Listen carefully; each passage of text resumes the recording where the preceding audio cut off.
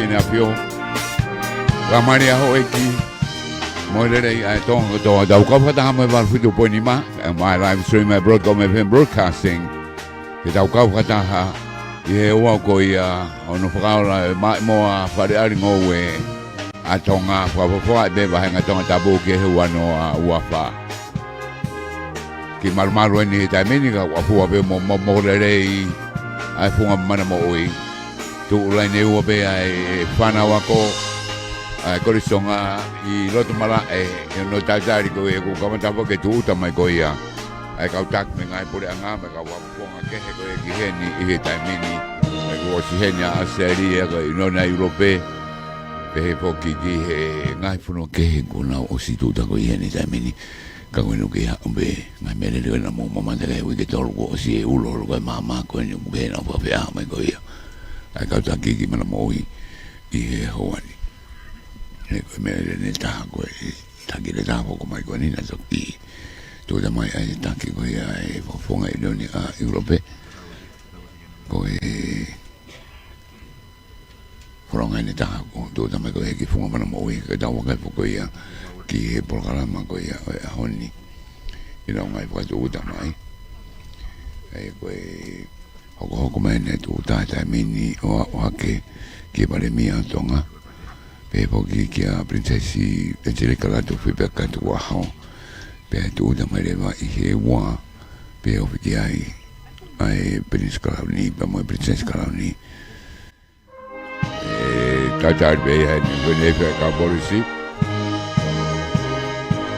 ai ko tre ko ai por kalama ko Latu e tataki ai pe ka pole va hanga Tongatapu se su senta na Tonga pa ka po ha paru o le sonico o poi cau fanuari matare che poi ni se si hafito quello tu ha coia e palestini coia se si o Tonga poi cau tokita tu pro tu kato anga no tari e va coia ministaki o we to ko ele o che ministato dai allo fohe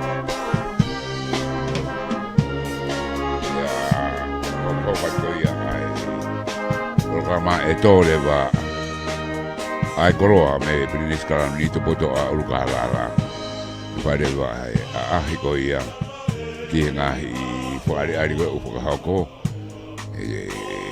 me ai befo ki ai Prince Kalani be mo Prince Kalani be Moimoi ai ka upo kafe wa tang prodong ko ia ko me te le mise la wano wa pa Rachel couldn't bail e fuaki leva ai ma pare ko a honi foko na do be pare uaki ai ko e bo ma we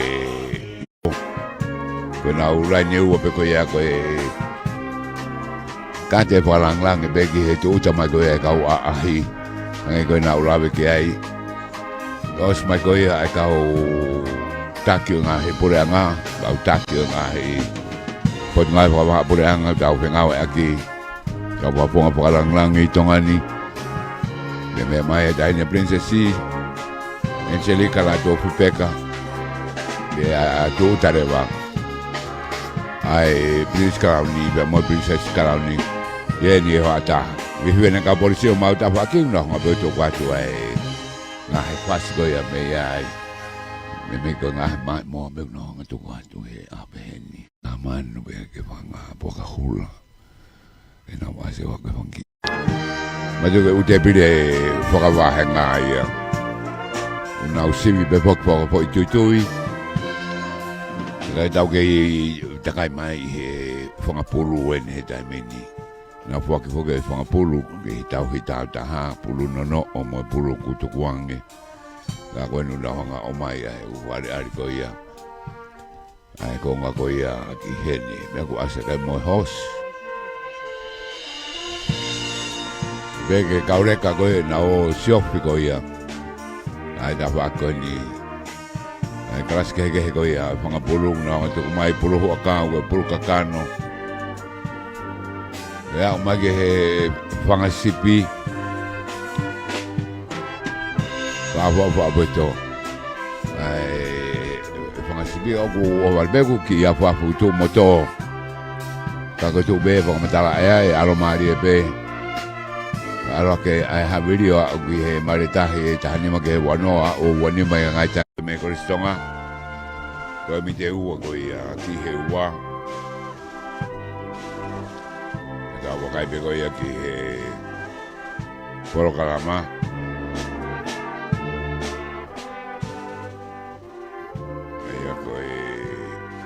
bebe ai tu tahi ai whaaparang rangi. Te mai kei warere whilo pe iwi koi hai kau borisi mai nau tā mea. Ngai ta whakoni.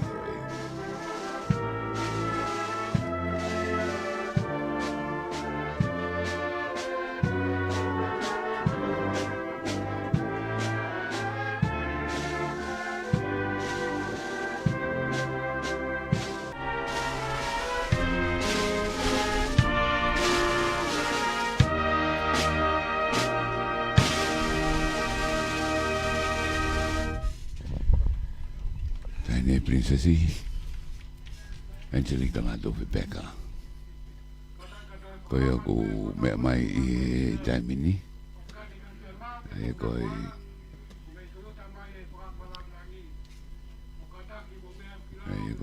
Princesi Angie ko hogo mai beheni ko wa parang langi Princesi Kalani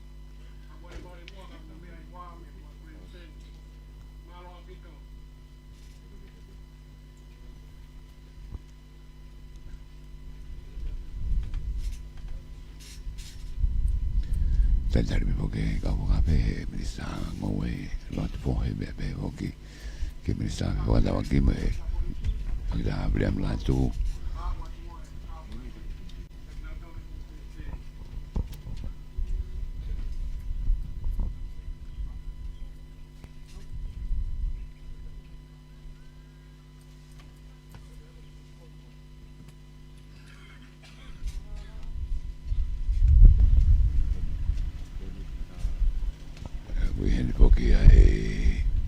sekitar senyari ko ia forum pero luaka que según pandemia me salao que me samo ui papong me berang anusila me sa ngai ngau lalahi tal kau lahi anusila asleria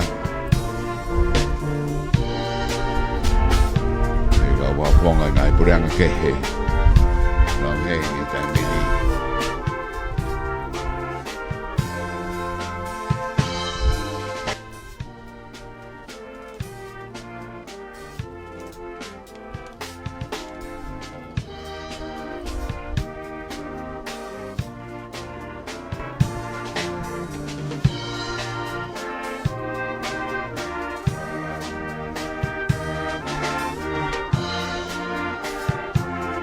Porque kau whawhiao mo tō taha me he pangagi muri whadau kei lau kei tō tama be taimini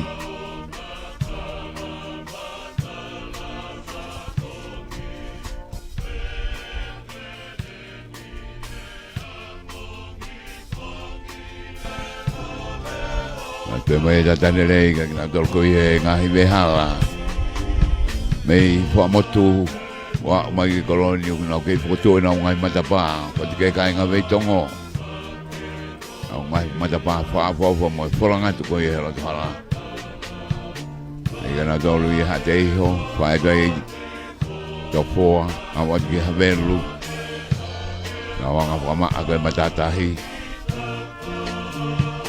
a de da dar ve fina e ke tonga ko to be da ko fa ta hai he ho ani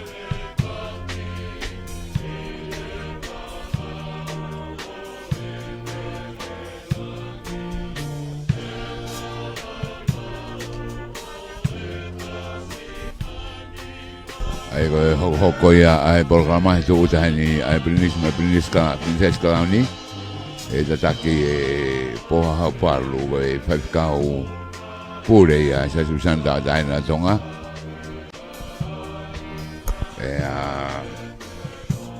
lau le soni presenico ia si afitu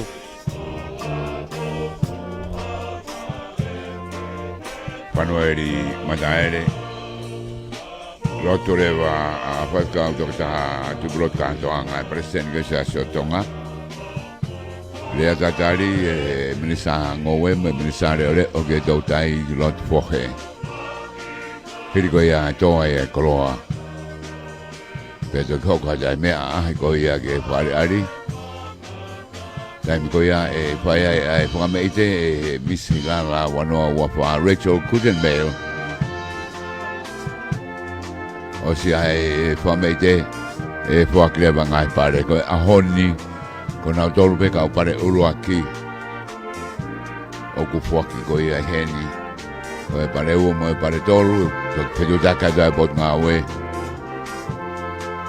Hiri ko ia ko e rea whakamalo me he pare mia. Whakama me riku. Mea kresi lewa. E boha hau paru. Eka hoko ia e porokarama he tuota mai ko ia ai whakarangi.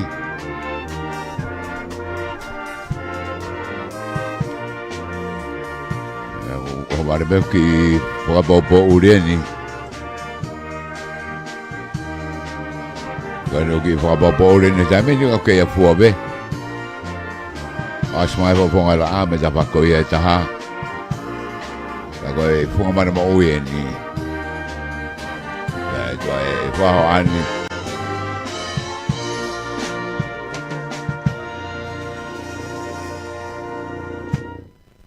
Kama pio kumui ko ia. Moi kau ta mea kampolisi. I tantari ko ia. O e hodani. O me kou ngoi ai. Mea rele whakawhi au urea mai me moi. Wani ko talo ki lalo. Ai ka te whalangrang e whanawa ko me koristonga.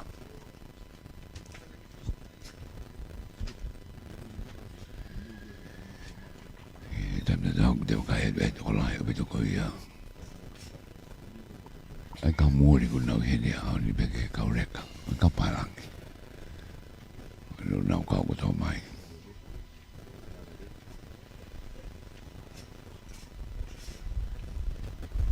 Ko e tālolo ko ni whanawa koa o beke o anga mea matapae tai mini.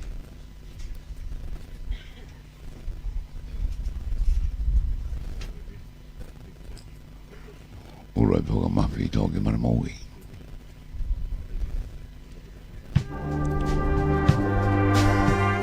Mera le whape au whatonga i.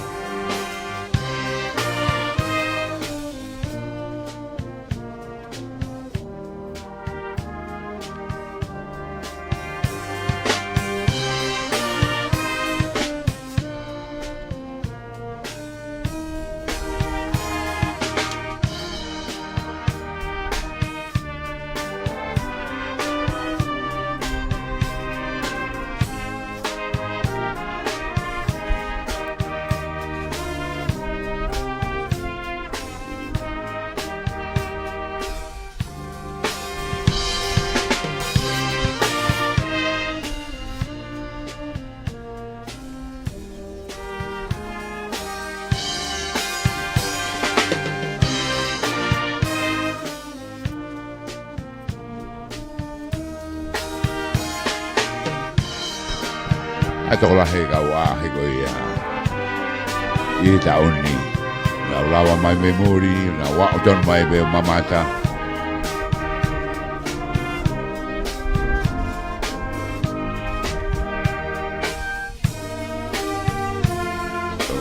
Pape awani ki he. Blinis mai blises kalani ku fumai tameni. I mata pa ko ia ki he. Funga mana maui. Toi be rungai ko e whare ngowe poponu wa Tonga wanoa uawha.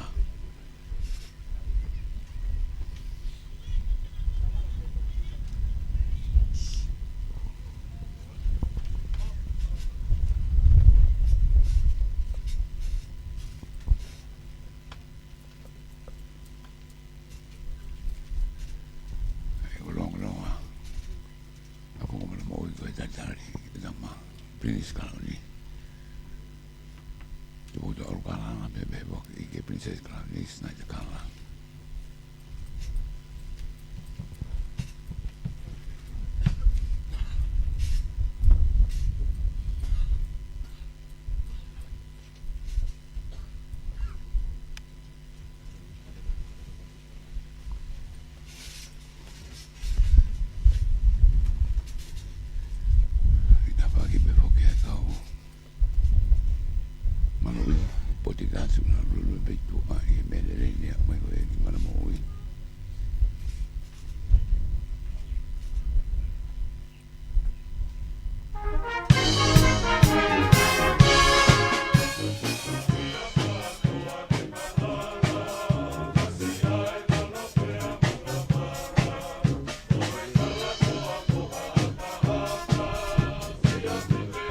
Oi, merda que é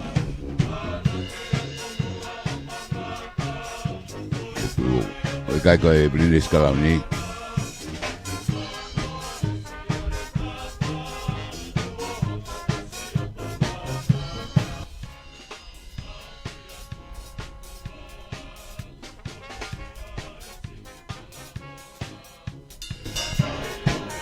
Si me fue en la premia.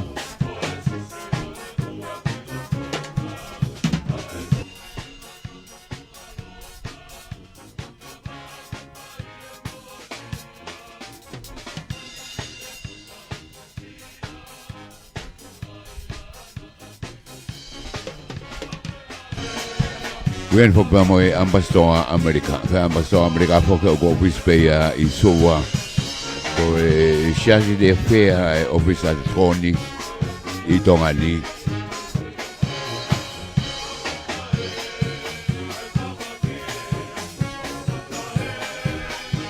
Kita upa ngobe, me kabole si mari na privasi ye bo we ko ek pa fine na kuna o tau runga mai be me moi.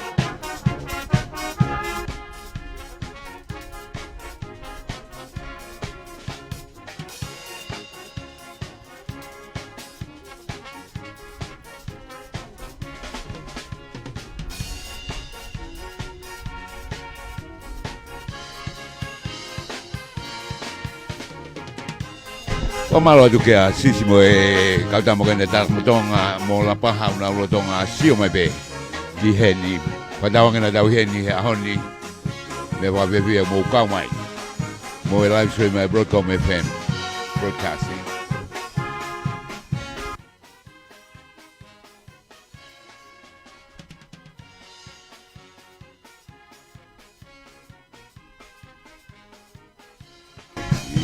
Befia ya hene tameni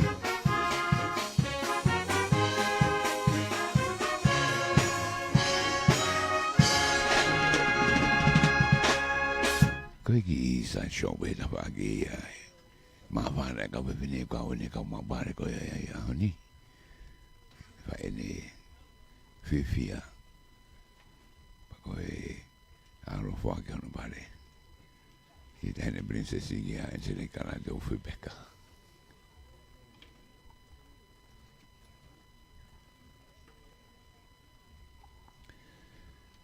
Okej, det var kai koi aki, ko me ngui longa make ni ta min wanga ta mo kai ko ki renew. Ai te ngai fast ko ni.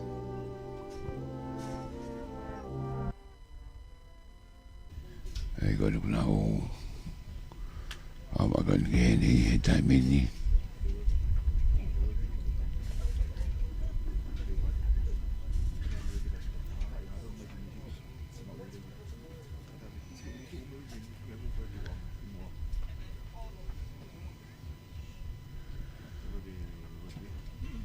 British Colony.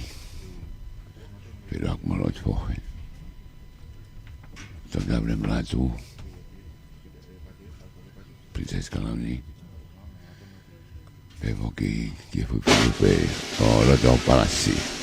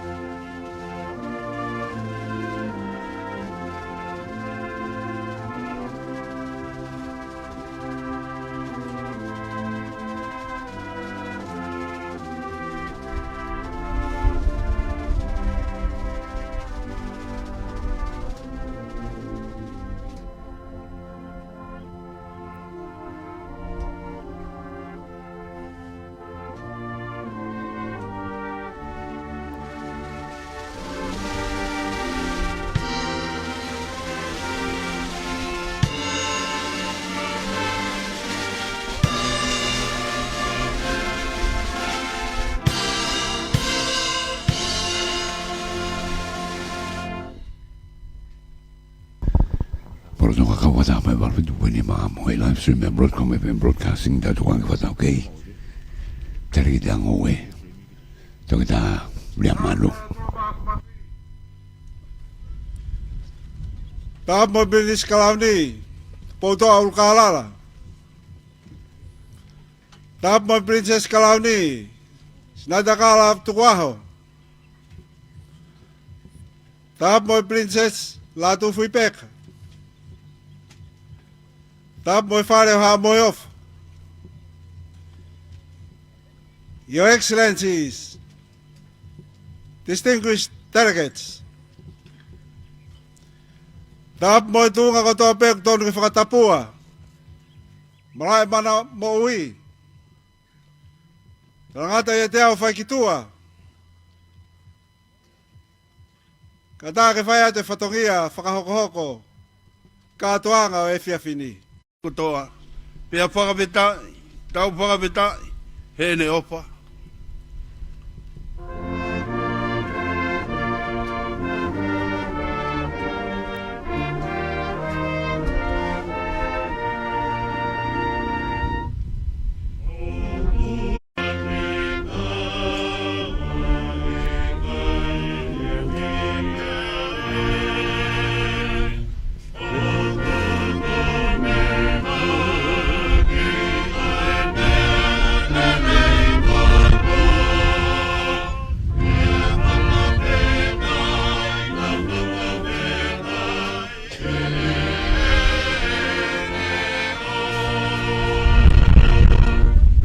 Si koi ara e sioma o mau whakawhita koi pe ko opa he omi ha mau kai tāria e whelaulau neongo i tai tāu o OSC mahui kai tauhi mau o kutoa me langi ai mea lele kotoa pia whakawhitai tau whakawhitai he ene opa.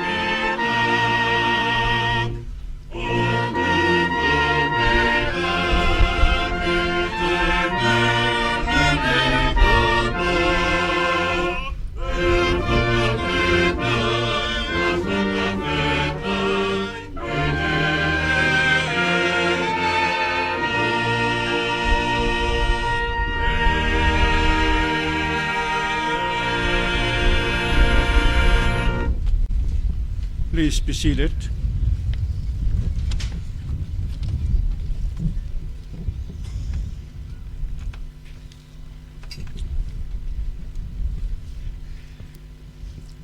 Your Royal Highness, the Honorable Prime Ministers, distinguished guests, ladies and gentlemen. Scripture reading you are about to hear will definitely serve as a beacon of hope and a source of strength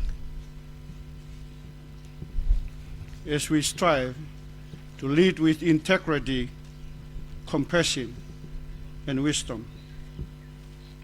Our scripture reading comes from the first epistle of Paul to the Church of Corinth, and in 1 Corinthians chapter 3, verses 6 to 10. You'll hear it from our mother tongue as well as this foreign language.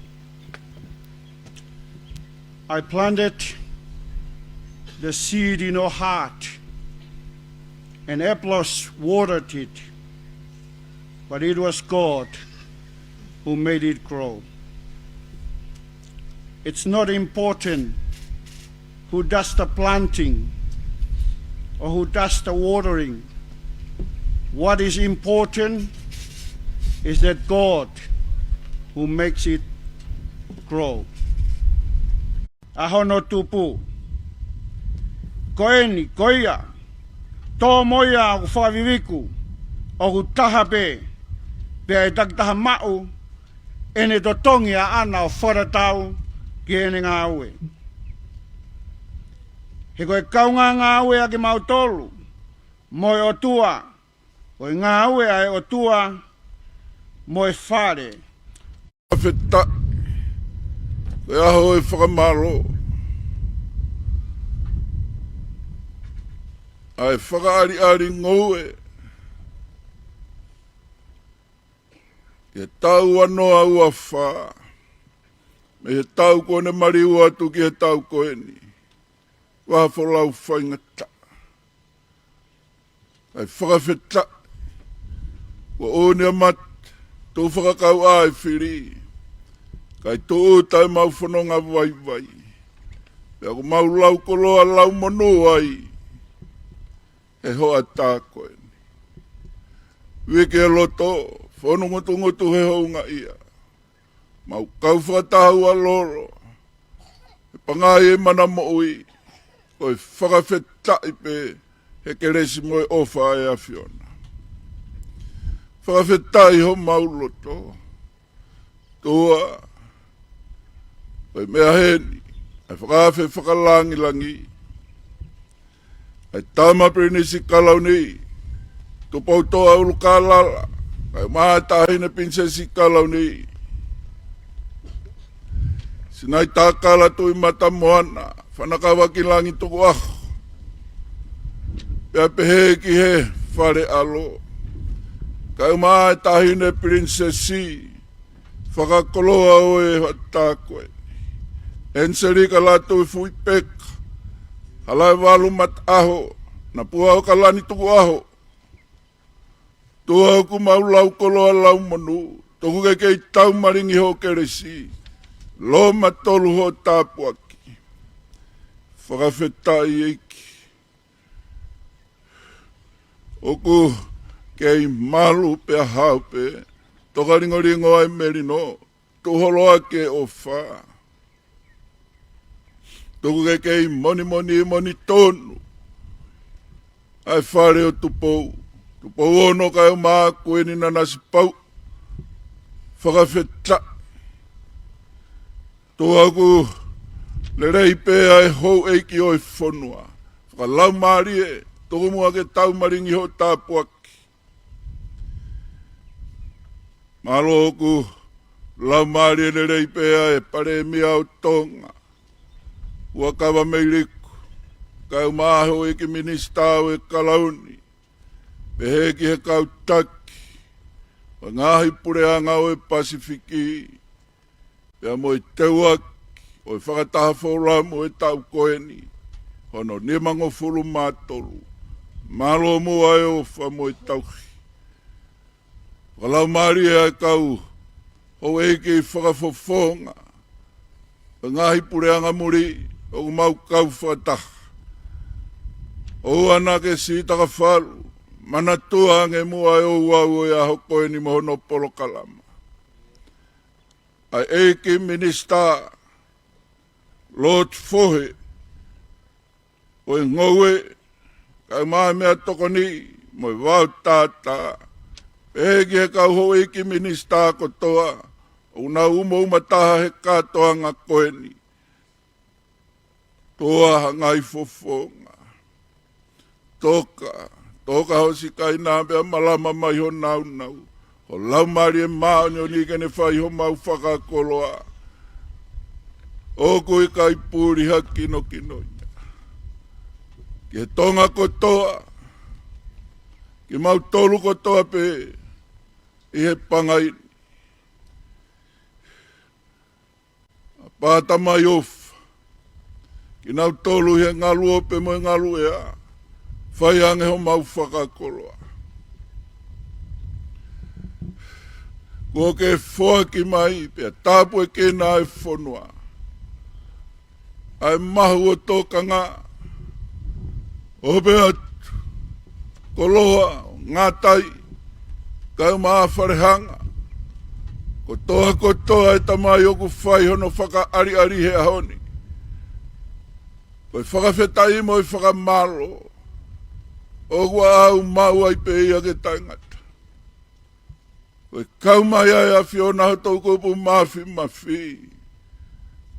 Eo, ne tau kupu ala maite o e a whiona. Whai ai hono whakakakat. Ai aho pe amohono ngā weanga. Toko mua ke kei hoko atu. Whai me langi na ho mau tāpu e kina whakataha. Au ai pe ke whakawhetai mo i whakamaro. Ma wai mo i tōno nou ke mau hula atu pe he tātao kāre ware. Kai hoko koe whakahoi fua, ngāue mo i tautapa ku mau whaini. Tua koe kore mo hu, i kai hato e huafa. Tōnga pe ia kalaisi koho aro, ka koho mau whakam ui. Amen.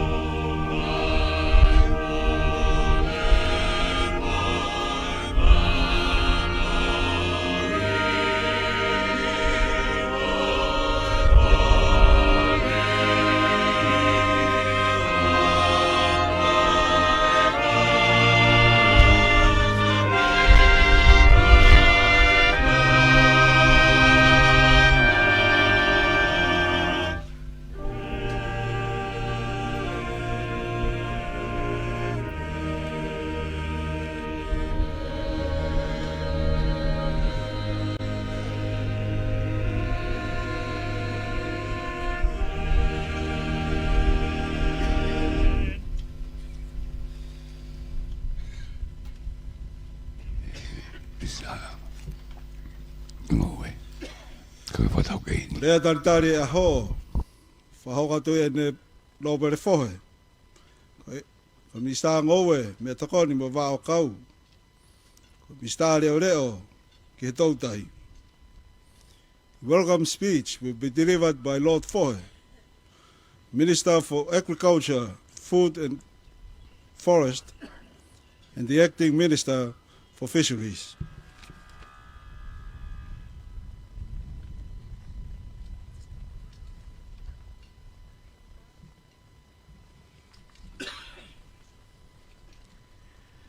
Ta moe o tua mafi. Ta moe Prinis Kalauni, po toa ulkalala. Ta moe Princess Kalauni, sinai kakala tukua. Ta mo Princess Latu fui peka tukua mo ha mo heofo. Your Excellencies, Prime Minister of Tonga, and all the leaders from the forum countries present here today. Your Excellencies, High Commissioners for Australia and New Zealand, Ambassadors for Japan and the People's Republic of China, distinguished delegates, ladies and gentlemen.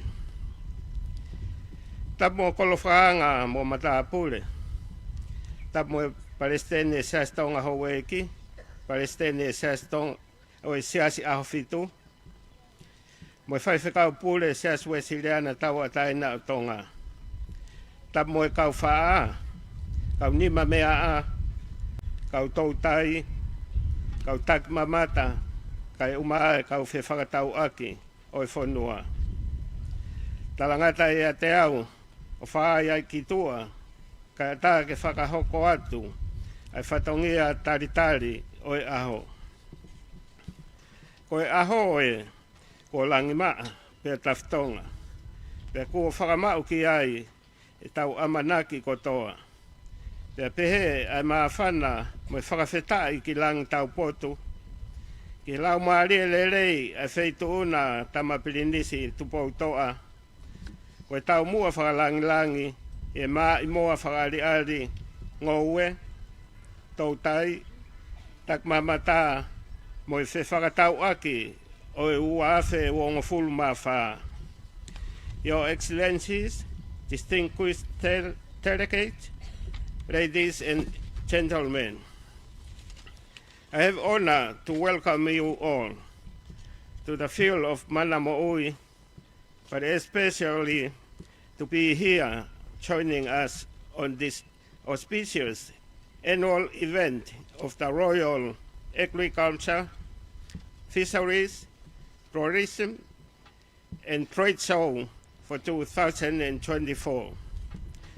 This is a platform for the economic sectors of Tonga to display the extraordinary achievement, the new technologies and innovations. And I wish you all the best with a sincere hope that you will get a glimpse of the people of Tonga from all our display for 2024. Koe kātoanga whaari ngowe, koe maa i moa pē mei wharela. Tama Prinis Kalauni, koe hui ke Moimoi ai tuk whanua ki langi nei whai e uluakua ngā. Kai uma hono tufa kere kere, koe whakakoloa e kakai oi whanua. Ahoni, ko hoko koe hifonga tāpu ake, ko hoko koe mo ui anga. Iyo, ko ia o whai aki e langa whanua. Kai ke, o kei whastanun mai pē e ngā hinunua e whemaliwaki ai ea. He nai si au pito ai uha me sanuari ki Tisema e tau kua o si. Ua awhe uongo full matolu. Pea la a hoko ai ma hina e ono. Pea ko hono o la e koe la vea e tō tau toka mua, tō hina, tō vesta polo, talo tō ngā mo ngahi ngou e kehe. Ne hiki ai e tō tongi e uf toka mua i Tisema, ua fe ua ngofulu mātolu, o paanga e te au ki he kilo e fitu. Hiki mo totongi e hainga luu, me paanga e ua ki paanga e nima. Hiki ai mo e vesta polo me paanga e tolu, ki paanga e nima ki he tuunga. Hiki mo mele ni, me paanga ngofulu ki paanga e whanoa. I kai ke ngatai, kai holo lahi foki mo e utahina, ake toni e whaange au he ua afe ua ngofulu mātolu me he ua afe ua ngofulu māua ki he ua afe ua ngofulu mātolu. Holo lahi mo e uta vanila, ake a kilo e uange au fitu ngofulu mā me he ua afe ua ngofulu māua ki kilo e tolunge au whaatolu he ua afe ua ngofulu mātolu. I kai koia pē, nei tō e tau mai mo uha lo vai hoko mahina e tolu. Me sanuari ki mā asi e tā uni ua afe ua ngofulu mā whā. Tō e lawe ai e tō tau lahi. He waoa mo i mahunu, pehe ki he vesta polo, mo i ngahi ngou e kehe. Ahoni, oku kei panga pē te au, ki he tolunge au, ki he fo i kaho. Pea mahi ki e mila kumala, talo futuna, talo tonga o paanga e whanoa. Pea paanga e tolungo fulu e tangai manioke. Ka koe whakaori tamapili niska launi, o toi lahi ange uta manioke ki muri. Ake toni e whange au hongo fulu. Me he wafe uong fulu māua, o toni e tolu wafe mā uong ua whā. He wafe uong fulu mā tolu. Pea tatau pē mo e uta ufi, talo tonga, talo futuna kumala. Pea pehe uta niu motu u, mo e niu mata. Kai kehe, me savea o ai ngowe, ko eka manioke e wafe wange au ono ngofulu mawha o tō i Tongatapu. Pea ko e uta manioke whakamoimoi ki he kāinga i muri, ko toni e wafe tupu, ka e tahawhe tupu e uta komesiale ki ngahi supermarketing. Pea ko e uta kawa ki muri o kuholo, lahi tatau pē wafe ua ngofulu māua, mo wafe ua ngofulu mātolu. Pea aku kei taki pē a Tonga, he utakawa me he Pasifiki ki Australia, ake toni e te au wha ngofulu mawha. Ko tau tai e ko ake mai moia, ai wha mai ngā i tō mo i tō whē. Pea pehe ki ngahi hakau pure ma ke he. I mā asi e tauni, nai fuafua utai e ngā i tō. Nai wha mai ki Australia. Kau whoki ai mo i tau tai walu, mo i ngahi ika kehe. Kai pehe ki he, i nasa e whanua he tau tai, he ika loloto o whakatau maa. Koe tak mamata e, ko whanā fot moia, he ngahi waka meili lahi ko nau ahia e o motu anga o wha. Ko sio tofu a i wawau, ko mana koa au pito, pea mahiki ai e puna mei fisi, ki wawau mei he tuo taha, ki he tuo no he wike. Pea mo e kau tak mamata e wange au he wike. Whai ai ho tau whakakoloa, whai ai ho tau whakapaanga. Kai pehe foki, ki he whakatau aki, e ne tupure kina whakalota whonua, kai pehe ki he o tumurina foki. Pea koe makatuunga ia e fia o e aho, ki ngai tokon la lahi, ne inasi ai e whonua, me ngai pureanga muri, Australia, New Zealand, Siapani, Siaina mo ngai whonua kehe pe, ki he pureanga whakataha, FAO, WHO, FFA, SPC, Kai umae ka inga Tonga he otumuri. Whai ake ho tau whakaivia e langa whanua, whakaake ake nai whai. Tau whanua ai e ngai whakaamu. Pe aku kei whetuku mai e he potu ngā we. E ngai mani oke who'ou. Pelu, e kotoa, fisi, e ngeenga. Koe whakalahi pe ki ngai mani oke tu whanua mataki e ua.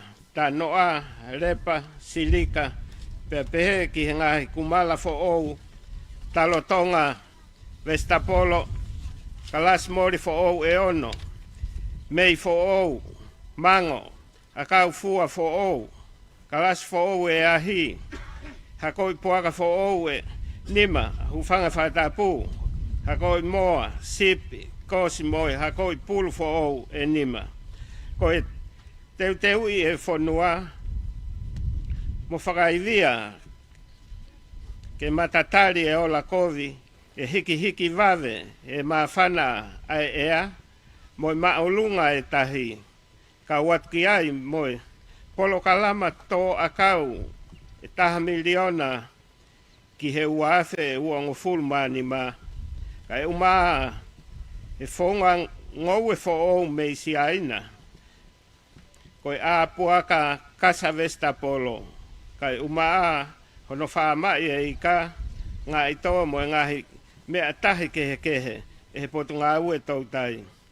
Koe ia tamapili nisi, koe uhi koe ngahi whaingataa ne whau mai ai e whanua, koe kau whakaari i mana mo ui he aho ni, koe kau whaa mo o nia, koe kau nima mea a mo oni, koe kau tautai mo o nia, koe kau hau e taki mamata, kai pehe ki kau whewhakatau aki e nau tari, pia nau i kuna e ngahi pole kotoa e tau.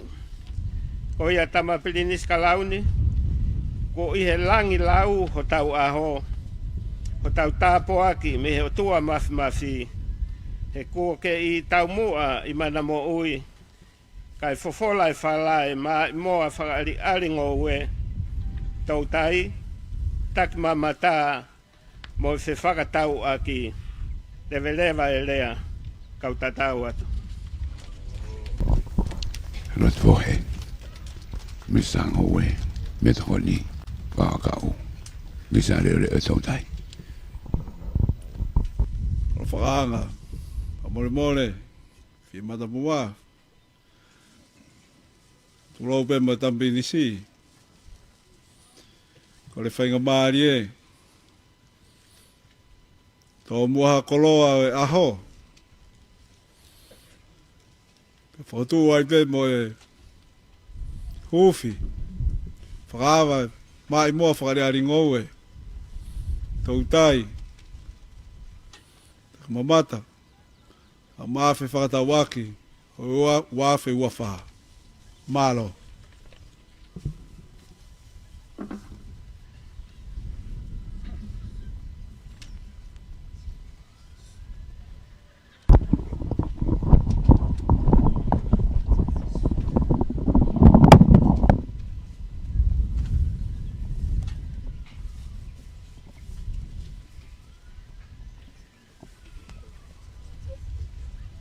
Tapu moe o tō mawhi, tapu mo fohi, waia mo oiki, tapu mo pare mea tonga, o Ameriku, o Minister Kabineti,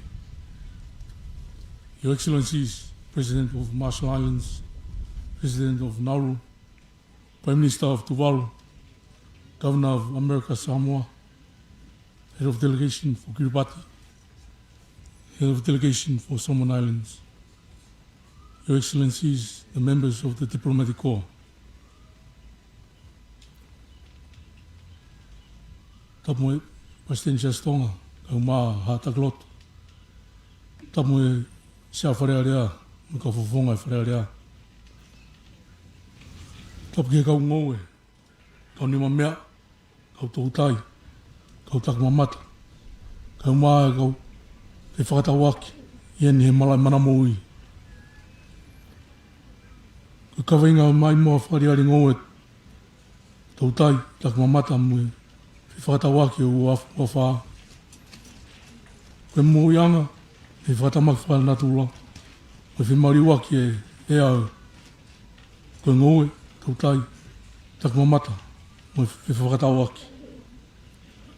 Ko tau haanga me ngai mau lau miliona, ai pāe mo ngā whi, pēu kula, mo fuiki, a wha, la a, kakai tahi, me mawhana. A mamani, koe ngoe tau tai, tak mamata, mo whakatawaki. Rotonga tau whakakeake me mau e pāe, hunga tonga hunga hapai, a mai pēu kula. Ko hoko mai la mai na ono, e akos ki tisema. Ko tau maki. Tau maki mai mai mau e, uhalo vai hoko, e mahina ko vai mui mo, whaafu mo ui. Ko ngahi mau ne hoko ni, ko lawea e tōta, me ngō lahi whanua. No mo sisi ai, whangoe ki e market whaloto whanua. Lere ai totongi. Nge ko mea whohe, ko uwhi ka mata mei Sanuari, panga te au ki uwhi, ki kilo whitu.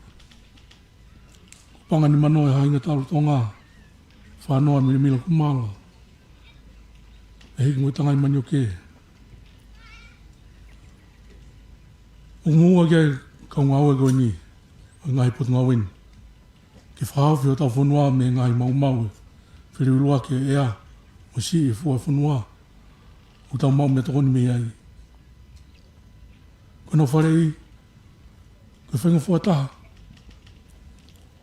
pe lawe ai e kakai e whanua kot. Lawe ai e kakai e whanua kotoa. Ko uki o whai mai, he aho ki tau kau whata, he toa kau lau miliona. O whee hongo potu ngāwe, atakai, e me potu ngāwe ngōwe. Toa kau me matata, i roto whanua, ke tari ake whimbari waki ea. Koe toa kau ko ni, e hoko koe mawanga mea tokoni, me mei, hopa, me niu, mawanga whakai.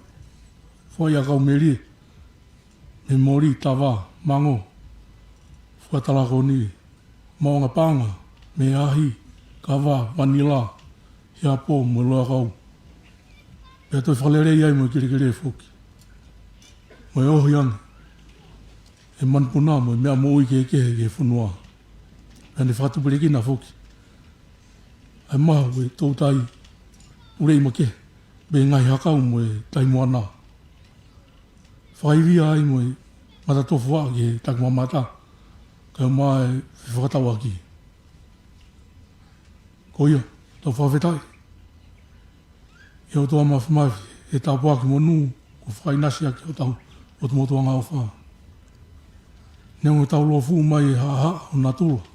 Kau maa e ngai taha au tūnga wha. Whapanga ho tau kō ngā. Ka koe whunuani, na tū ki lang. Nana e tūwha mo kere. Ki kakai e whunua e tupo luaki. Ahoni, ko hoko e ngai aptu au, koe mawanga mui. Ko atu mari anga ki kakai e whunuana. Ahoni, e malai whunga mana maui, o tau mata tō wheiwa pe, he tō kakawa, e kau whaa o tō kanga, whulanima e, kau nima mea au wharehanga, he tō tai ola, me ngā tai, kau maa e whakahāteu, ai taki mamata, mo e whakatau aki. O tala manu atu, tawanga ki hoko whariari ngō weni, ko hei whunga tāpua ki whunua. Ko koloa ki whaawa e kātoanga mai mua whariari, ngō e tō tai, taki mamata, e whakatau aki. E ua whi mua whaa.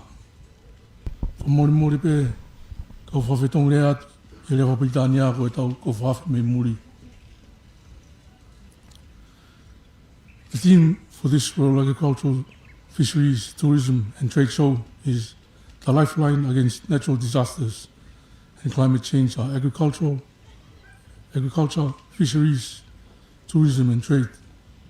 It is our response to the loss of lives and damages caused by the volcanic eruptions, tsunamis, earthquakes, cyclones, El Nino droughts, rising sea levels and rising temperatures. While recovering from the Tonga Hawaii crisis, there was a 6-month-long El Nino drought followed by a continuous rainfall phenomenon from January to March. This combination has impacted our agriculture with very low yields and large losses, inducing a short supply to the local market, causing a hike up of 300% and more in the case of yams. These challenges have seized the men and women of the ministries here, who in response encourage us that the most affordable, inclusive, and straightforward way is to plant trees. Both the ministries of climate change and agriculture campaign independently for their million tree planting programs, from our coast to the inland areas, to protect us from the conditions we are suffering.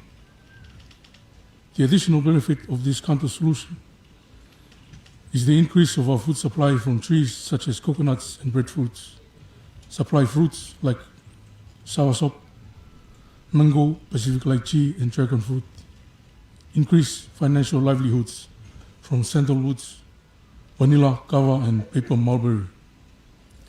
These plants, in turn, improve our soil and the ecological environment for bird life, amongst other living things.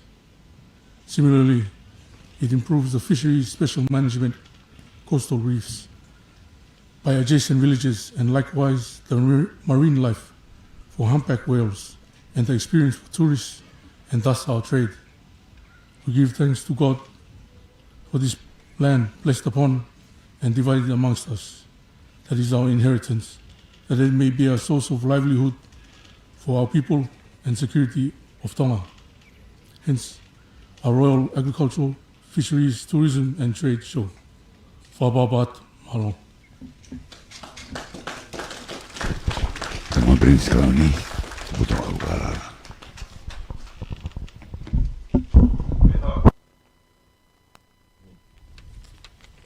Tō mo e aho.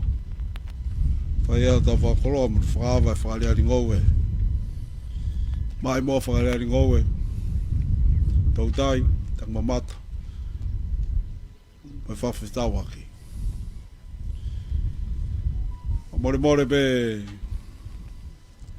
whakanga. Whawhi ia to e tambi nisi. Karau ni. Ine mea mua ahi. Ai whakareari. Tunga mātua ngauwe. Au mai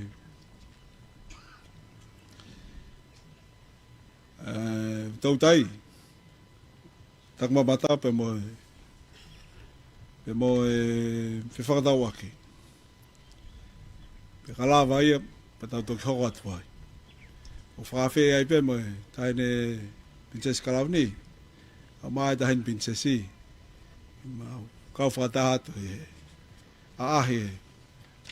Mai mua whakariari e wafe, wafa. I'd like to invite all the excellencies and all the distinguished delegates.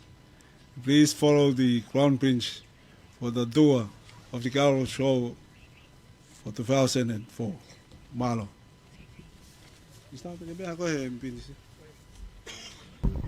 Koe whawhi. Me sio koe pangoa ngoe. Peke me sa ngoe ki tama Prince ma Princess Kalani.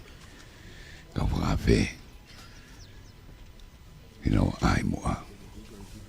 Ai whare ari koe ia oi wanoa wafa. Te mau Moimoi te mau mea whaitaha ki tau ka whakataha. Ki watu pea e tantari whiwhia ki potoro. Tonga toa i tonga ni pea momorina tau ka moe waru 2.5 peke live stream and broadcasting. Tama Prince Kuiloak Makautaki. Peke tak premier. Ora e pete ka ta ko heni a honi. Ko e misa pe va ta waki na ka mata te na ba ko ya to ta brem Latu. e ka tapangi ni ko ia ai ni mame ai ho ko fini ngai la nga mangai me ko ia una on ta ki e roki kene ti ko ni vai fa ta we na ko e blem Latu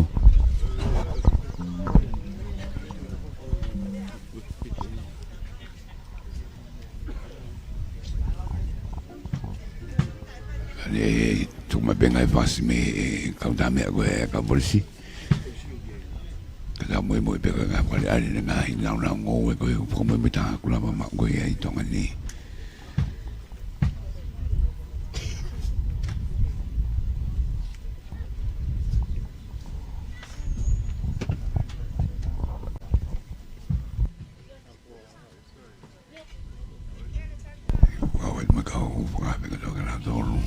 Tamini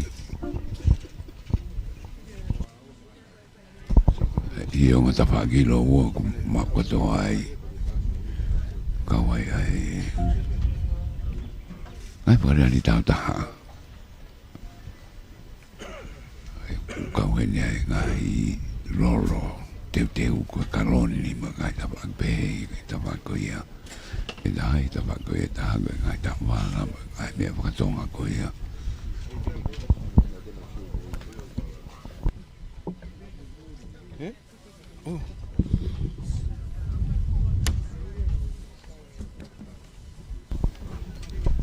kene ngai ta ko e kuna ngao whakawaka ko tuku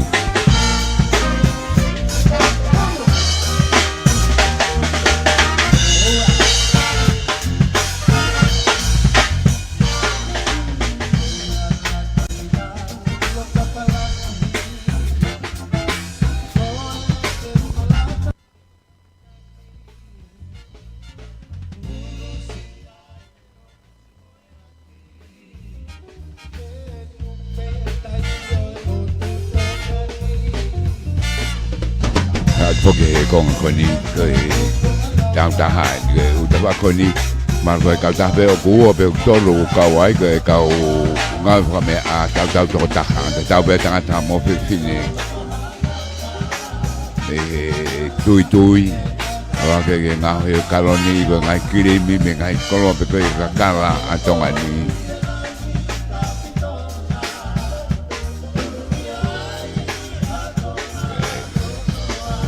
que estaba ko ya ko ko fine ta hai me ngai kolo ko be me ka ta na e u be tolu ku na ka wai ka be fine ta hai ni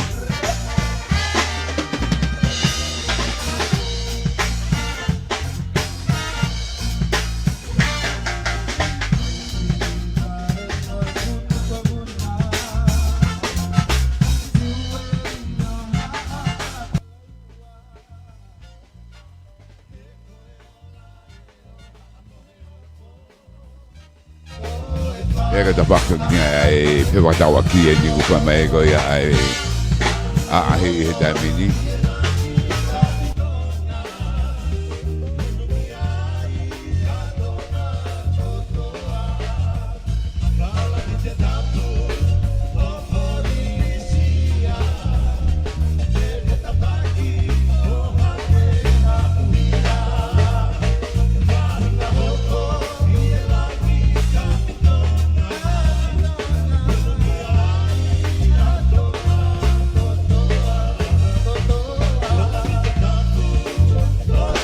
vai hai fa con porque ai tu ko ya ko ngau ngai ko ngau ko no ngau fa ta ai ta mini ko ta fa ken ko ya o ni ma me a ta bet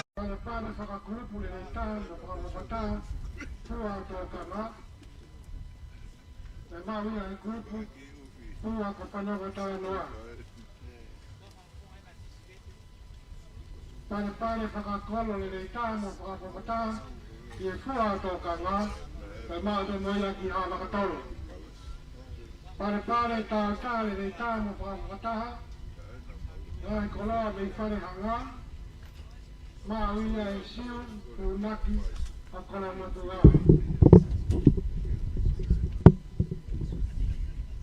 Pare whakakupu le rei tāna whakataha. He ngai koloa mi pare hara. Mauna i kupu le koloa matua mipe. Pare whakakolo le rei tāna. Whakaukopataha he ngai koloa mi rei pare hara. Ane e tēnā motor. Pare nuna kāu tātāha le rei tāna whakakopataha. Ane e tēnā motor.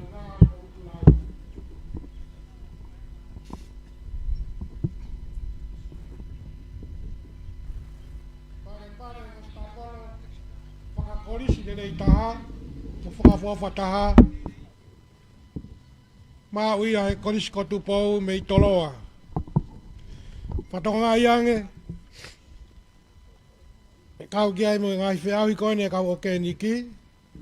Tangata whama o ke niki le rei taha, se siri a hau o hofoa, ta mo pirimi manu o nukunuku. Whatonga iange, ko toko ua ia kuna whiri mai, me e tangata whama o ke niki le rei taha. O kai koe uraki pe ua, ka koe toko ua ia o whiri mai he klupu koe me o ke niki. Ta tau pe ke whiwhine whama o ke niki le rei taha, ua e toko ua ai ko sioko noa kolonga Tongatapu, pia mo Teresia pua fisi o kolonga ai pe.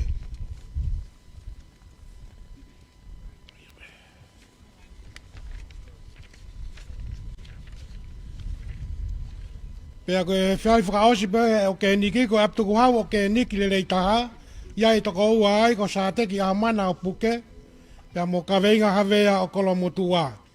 Ko ia o ki nau tolu ia, ai ngai ola o ngai whiawi pare, e mo teu mai ki he whaki pare o e aho koeni. Patonga iange kui ai pea mo e ki pare makehe heni, e uia ki nau tolu, o nau kau e whaki pare he aho koeni. Ulu aki koe whaunga whaau no tō e uwhi whakaheke. Whaki ki ai pa mo ipu. Whaki aki a te mita tūkunga whamotu. Whaunga whaau no tō e meleni whakatama i kumala. Whaki ka seteone muasika. Seteone muasika o la paha. Korisi whakalakalaka taha e nau tahi whakamonu manu. Whaki ki ai pa mo ipu. Whaki aki korisi kotu pou me i toloa. Ko e kawa mata whakawhawhataha no whakari he mai moa whakari ngau e tauni. Whaki ia kia wakasi uola purete o holonga. Kawa lahi ake he tau e whitu whakataha pa mo e kawa moa whakari mai moa whakari ngau e tauni. Whaki ia ka hiri au kau fusi ne iafu a wau. Ka toko taha whakalakalaka e ne ngahi aki ai hani me he hone whakaloto whanua. O ku whakia kia te vita tori o ahau.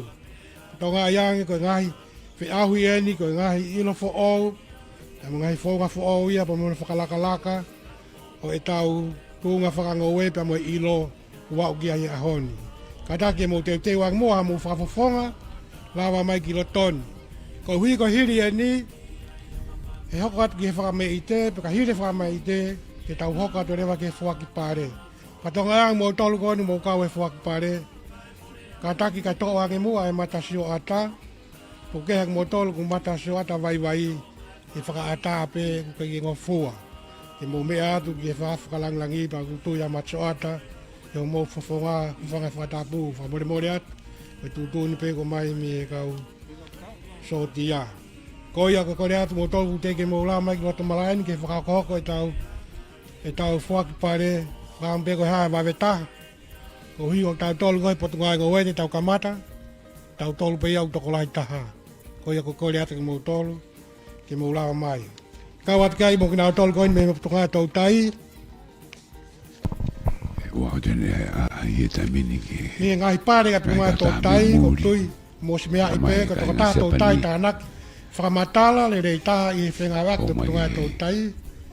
Ma uia e i peni whanua. Angata tau tai tānaki whamatala le tā, me he tau tai whakatere, me ngai poi whakatere, tika he wanoa watolu wanoa wawha, ma uia e uroi pani. Kolo SMA tānaki kets, teita le rei tā, i whenga eki pa me patunga e tau tai, Me he wanoa ua tolu wanoa wha o ku mauia e kolonga. Ngahi whi au i pare pare a ahi pe ilo mala he aoni. Tuki nau tolu eni nau mau pare ai. Pare pare tau taha tau tai loloto le rei taha i he kalasi ke o e mea tahi ki he mau mea tokoni mei o sen. Kai whakaao ngai ki he mau mea tokoni. Mahanga ia kosirio tau tai o ewa. Ataba mo atinaisa falase. Ai whare koe kai o Tongatapu. Pare tau taha tau tai ma mawhatara. Ma maha le rei taha i he kalasi ke o e mea tahi. He mau mea tokoni mei o seni kai whakaao ngai. He mau mea tokoni. Mau ia e maria peata sio konoa. Pare tau tai whakakolo le rei taha. I he kalasi ke o e mea tahi. He mau mea tokoni mei o seni ke ngai kolo. Kau ke polokalama. Feitu upurei ma ke he. Mau ia e kolonga esa e ma ei. Ngahi mea tokoni. Ngā ue aki e mea tahi ata pe. Ngai whiau hien ke ngai mea tokoni, ngā ue aki e mea tahi ata pe. Tisi mea tahi whakafuafua. Tau makai atu koe ki he wheke mo uo me tokoni ono mo ngā ni rau kau mai pe koe ki tau tai. Vai tahami e ua. Ngoe to fe fama to fe mi pangai motu iwa wa au ene whakawhi pe poke nau kau mai. Koe hui ke kai ke whakahoko koe hapare ari make he ki ngai whono ta wanga mahe ni ki ai. Ka koe a hine ta minu nau ke hikau sei nā pe. Tō lahi poki mono whakamatara pakai kiki kai nau tōru koe e nau ngai koroa ku nau hanga o lava o ngau pe. I tonga ni.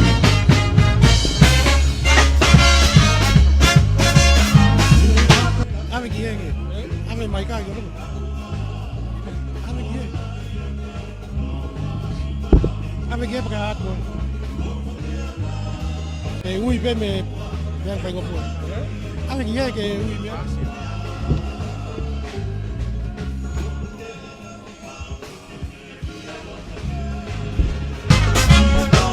Wala ka mai me kai ngai saina.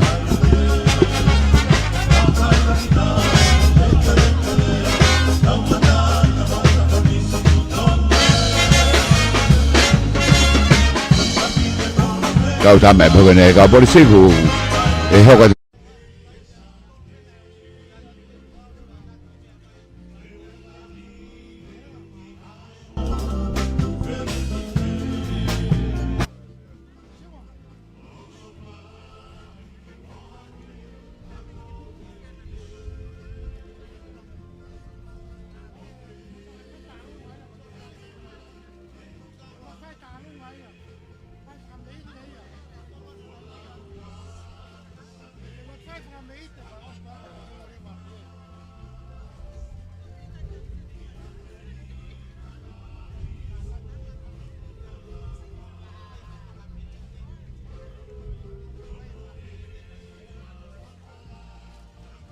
Amain ke pangamon mano he taimeni.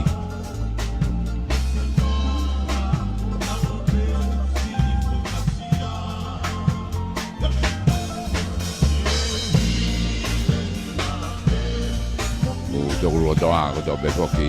Pe taimeni ko tō be ata. E pangapulu eni.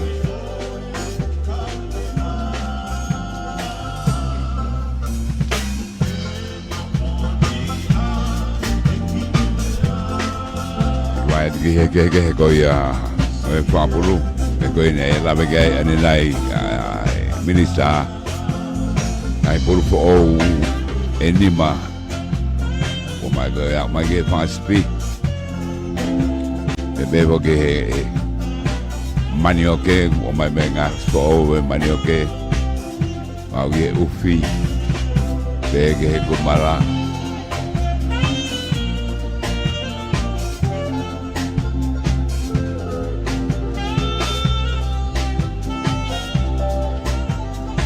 Kaka te wakai ko toa e ngahi pare ai tutu ai kehe atu i e ripot ko ia nenai e lahi ko ia ua uha i tau ko o si ke kongi mua ko ia i tau ni o whainga tamaki e ngahi ngau e uwhi kai whainga maari e tutu ia ko e lai ta i Dama ko ni ko nga whakamahe ia.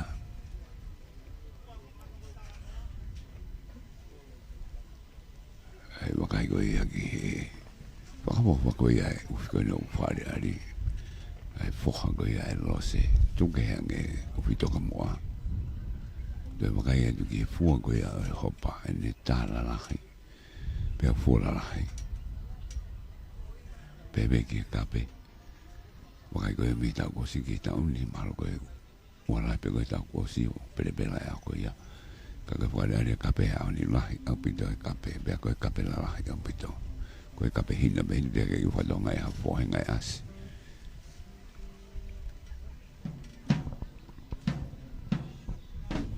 koe wakai koe ke klas ke koe e ufi mai ni ke tawake ni e vesta polo hai koe tawake ke he purukamu kaya tu ke kelas ke ko ia oi vesta polo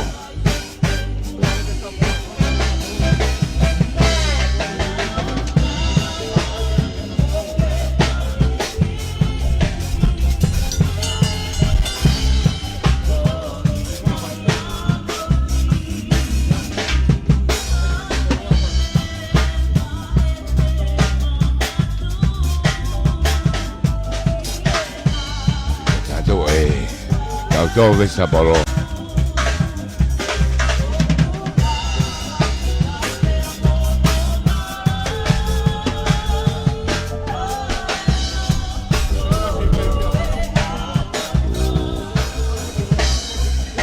ni ki pare for asia tabot mo ni ko ma fola e avra me ka we fine ka we ni mo e ka we fine ko mi ta Tonga na wikona ko ia ai tawaki parehanga ai pa de bakaya tu me he kakala ngai kawa kakala fo o apito e pe po ki nga hi ki ai ngawe po me ake ke he pia ka we fine me ange tama au ke kata te u ko i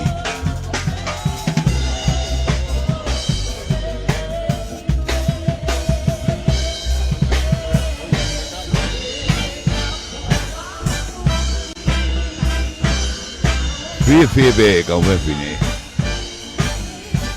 me atu ai tama brisi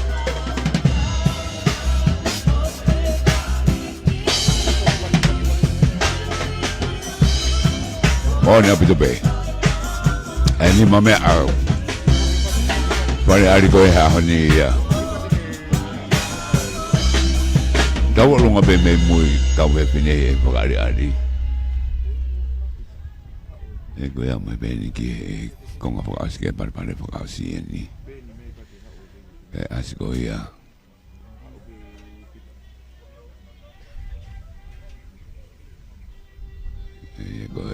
mida ne hongo furu fuka Moimoi te kakato ai ngahe pare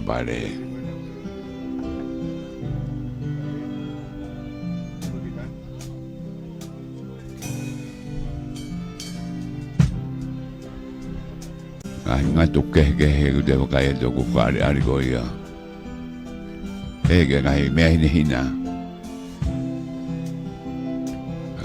pare come muy ni ko ia I loto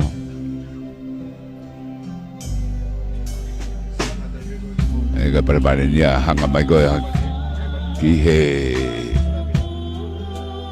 ko loto da ko ia na do ka ma pare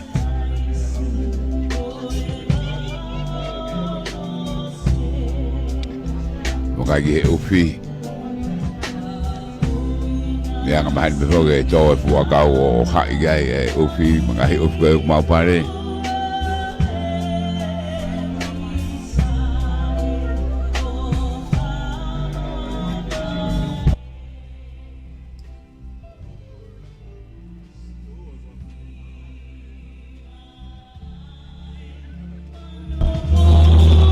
oi hello se ufi fu ta tau au ke kumala vito ka mui kasi ke he Boria mahoa Poa Tahaya ofi fok na ngai abita tau ko sia poa au mai ki he hopa Moi sia inde Tami kumpula-pula pokoknya toko lahe ma ai a honi Moi ha be fai nga ofi o firma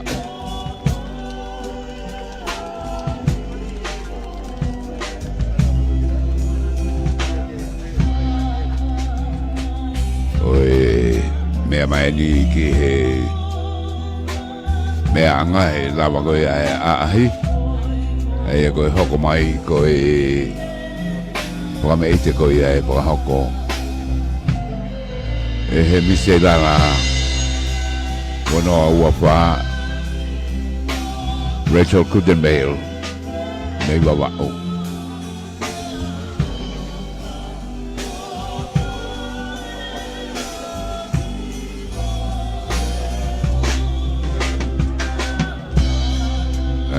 Wakai ko ki he o si wha o kato mai me ni umata ki he resi o vi wa o be ki he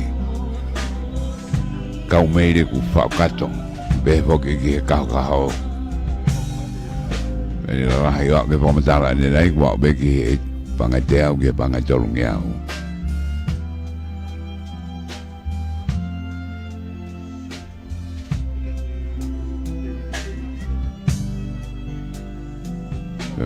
Whanga o whanga ia leo kai ki fua e whanua. Mora tama mea mai ki he walafitu poini maa bea moe live stream e Broadcom FM Broadcasting me whanga mana mohi whare hari ngoe tau tai wata tak mamata moe pe whakatau ake. Rea whakatau ke programa ke whakamei teni hongo heni. Pea uire wa ngai pare urua ki pe kamata ki ko ia ona tol de na ma pare ko ia ahonia waka avo bita de waka ko ki ta uni ka ko tutu lahi au bito pe lo toi fola lahi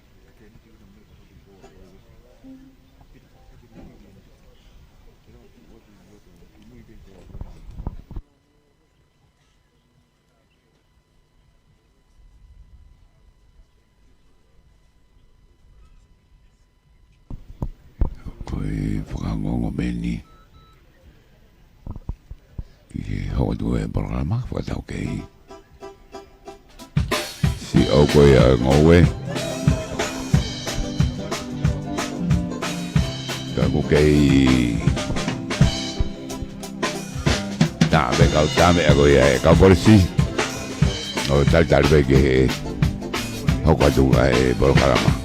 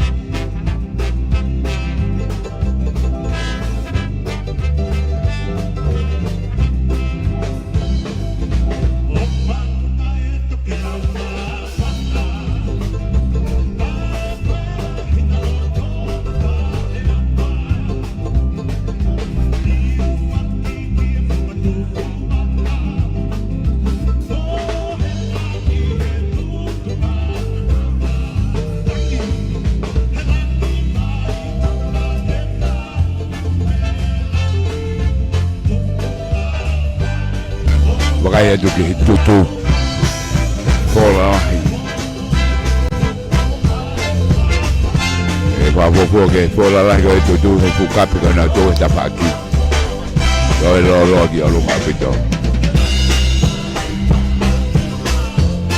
Ai mea ngau e kumako ia i tonga ni tai meni. Pagau.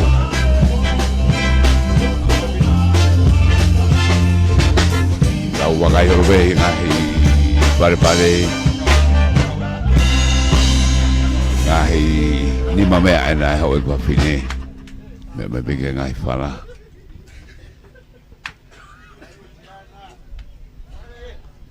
Ngai whara ko kulasi. Ngai whara ko te pe.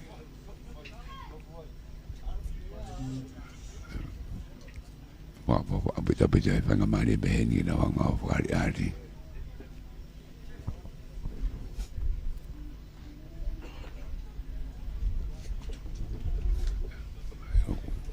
Ua tapo ke ngai whetu tōra koe ki nau ahi o wakai ki e.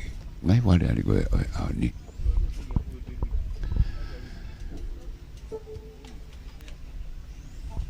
Ika nau tōru koe au mai o whainau whakatau.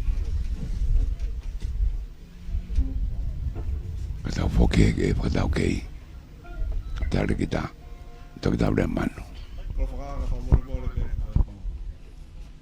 Mike Princess ie okay pe kore at peha ki binitsi mano Ito ki toloisi pe tau whamete koe pe mo e misela la hokat pe me kau polisi ke e taine Princess Kalani.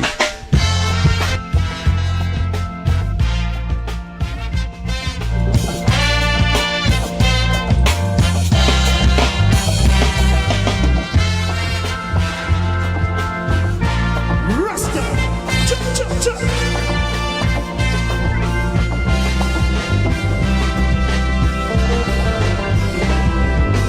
Hey, we can stop any problem. Yeah, we lose so many things. Oh, so you come again. Yeah, the reason be so long.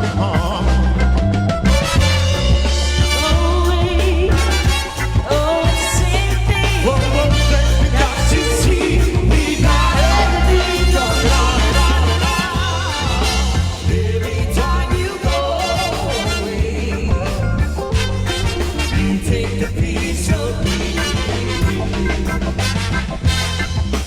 Every time you go away, you take a piece of me.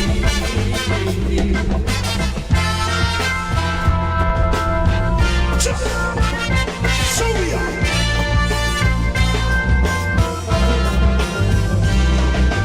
Go on and go free. Doesn't mean that much to me. I can feel your body move. Doesn't mean that much to me. I can go on, sing. Whoa, baby, you got to see. We got everything going on.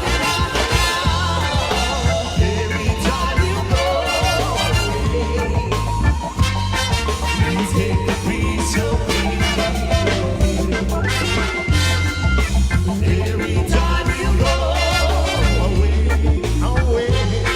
you take a piece of me.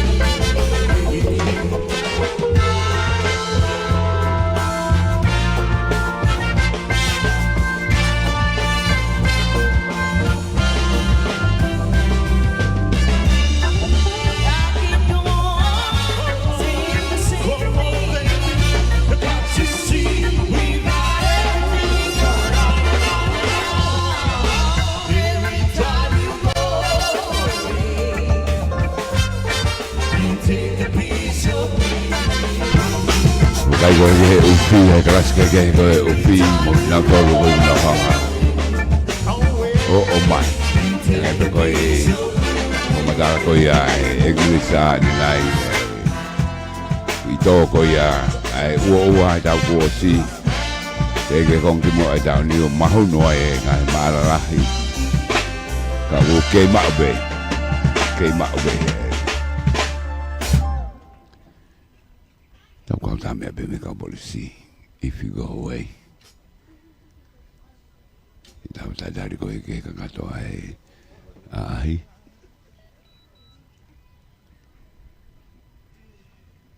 Kai hoa tue ki whameite ai miseilala.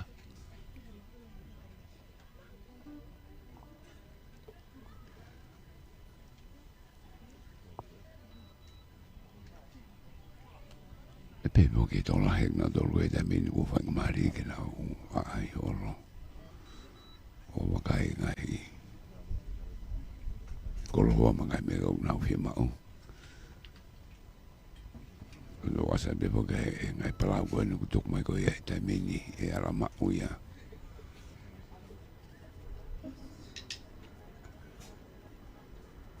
Kai ke ia kokat bepo ke ai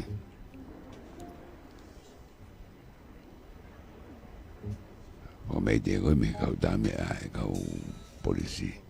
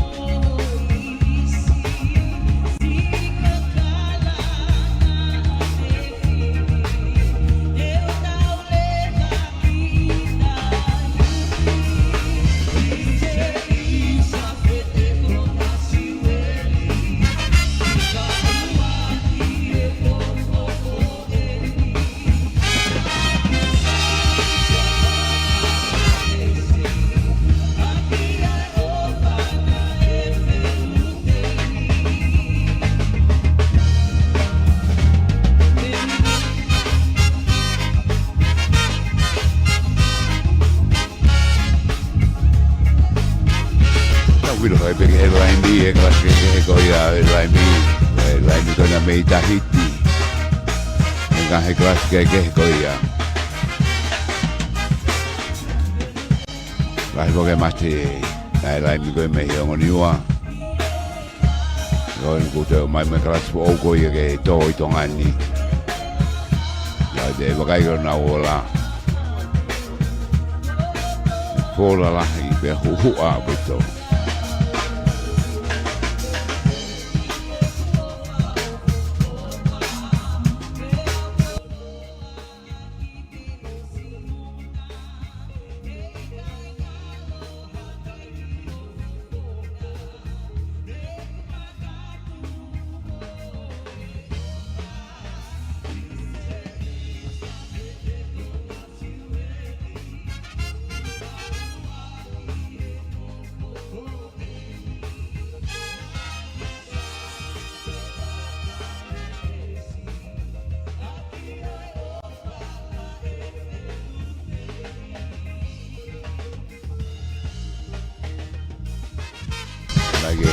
Ngau pa me a whaingo puange table meti ngai wall hanging wai top of the pot o tapafa e funky pes do ngai age new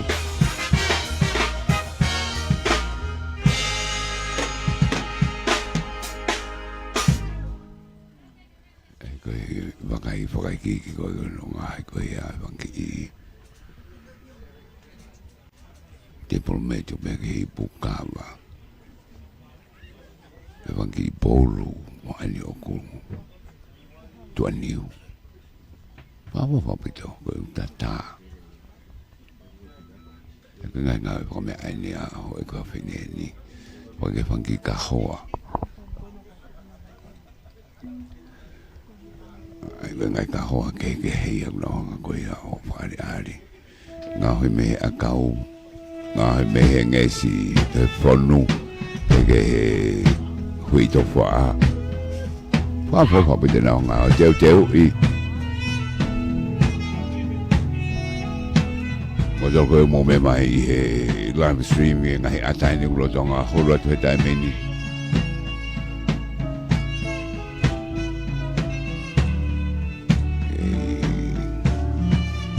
Ya ma be ai kawahi me ka fora go me muri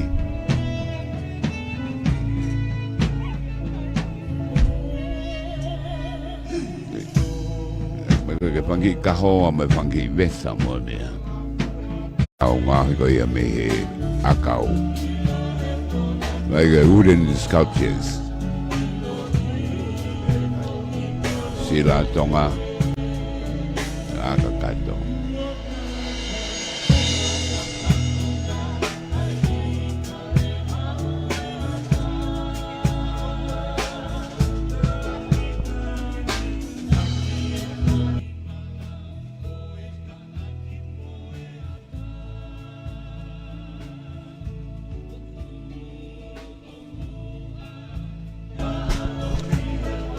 Fadonga e de Misela Teu mai tameni Koe programa hoko ia e promete Pe fai ai fok pare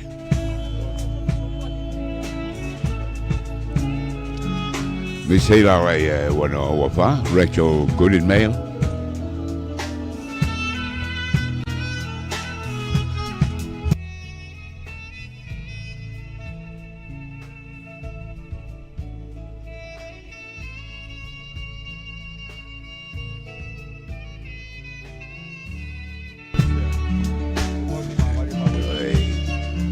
Come te ni ako asko ya e dai mini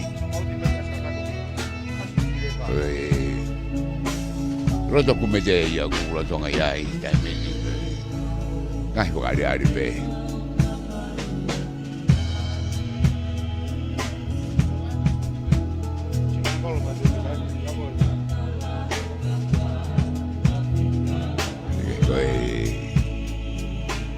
Ada keke pe ko ia ngai ta dong ko ia ko tiki da ha me me hanga de show da ke Star Wars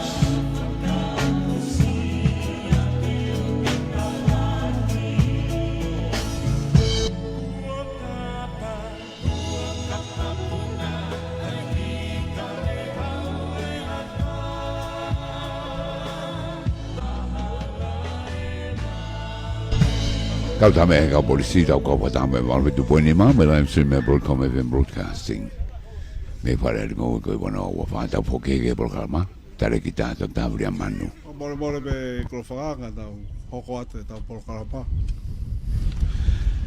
programa no ko from ite a Miss Rachel Gooden Bale a Miss Heilala ia o ta wa mafa he wa fi wadima Onde de fahoka te foi talonga fa meite ki tama e katoanga ya ho o me makia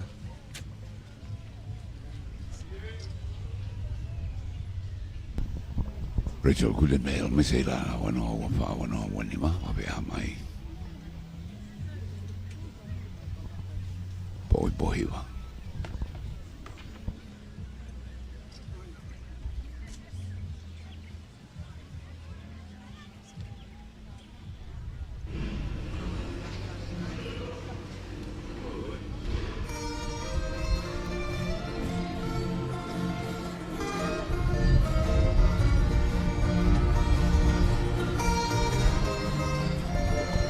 Bueno, te una ngatori.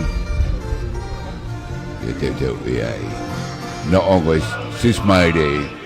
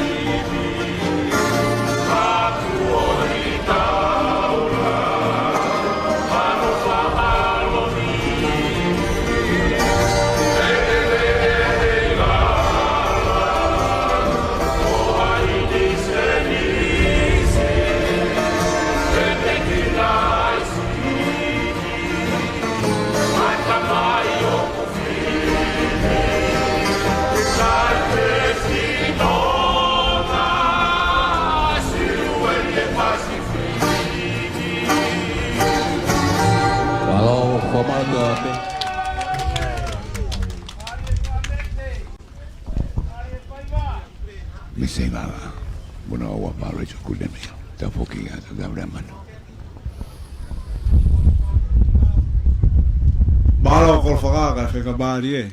Ulawa ki o me ite aho. Kol whamormora at pe, a whitau lalo e whituna. Ai whahoka mua ki kātoanga whakpare oi aho. Ko ia e whaihon whotūtū. Toki ui atu. Kol whamormora at ke tamā ke mea mai mua whakea nge ngai pare koe ni. Mahalo.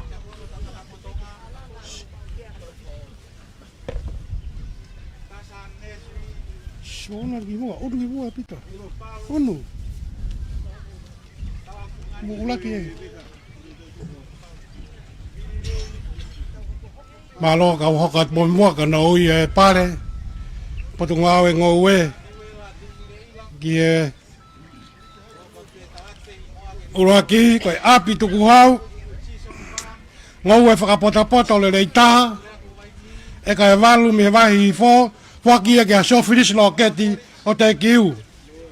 Api tuku hau. Ngoe whakapota-pota le reitaha.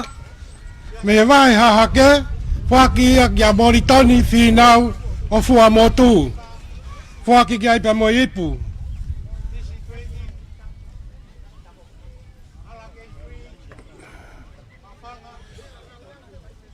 Api tuku hau ngoe whakapota-pota le reitaha. I he wahi loto. Whaki ki aipa mo ipu, ki e ria kimi, kolo malu o hate iho.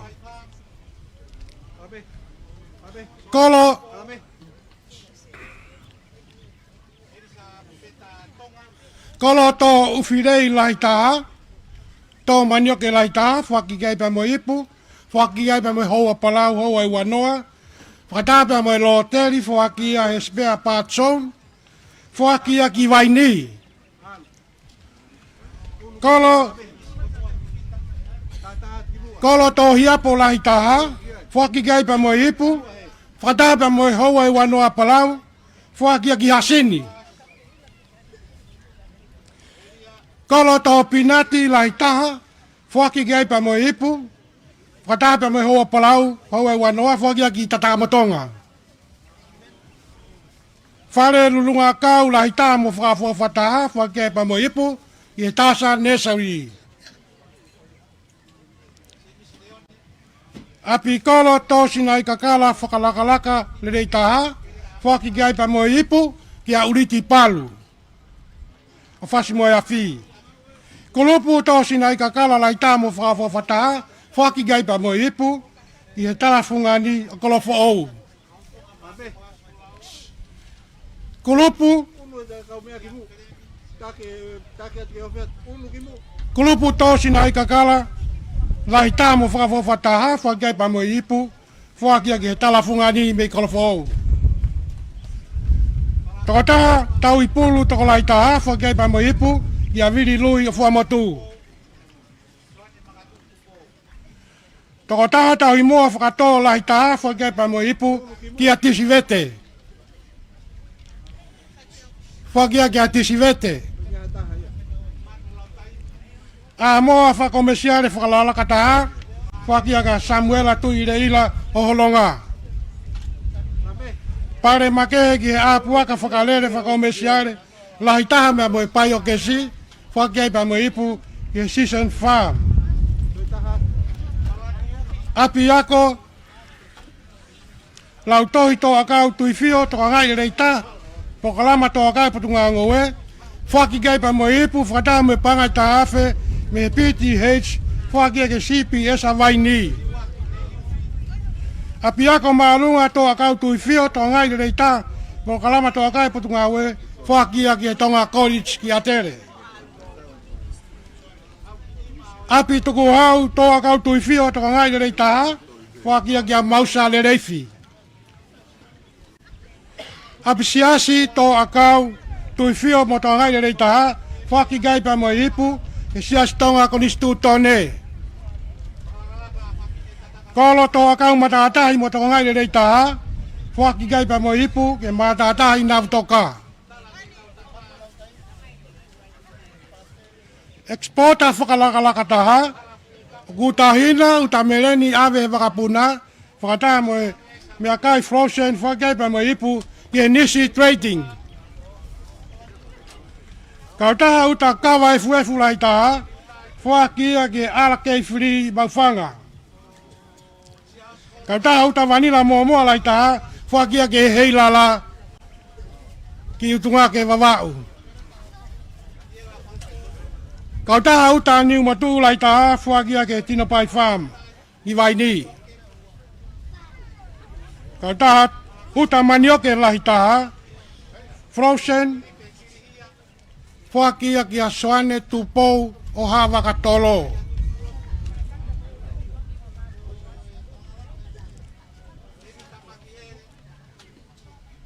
Kau taha uta me atokoni foha, frozen, moi whaka moimoi, whaki ki ai pa moi ipu, whakataha pa moi telefoni, me a ofa e TCC, moi credit panga ni manoa, whaki ki a Elisabeta Tonga, o PA. Ngoe vanila le rei taha mo fua lai taha e wafe wafaa, whaki ki ai pa moi ipu, ki a sāteki a mana. Whakataha pa moi ngoe loa kau lai taha.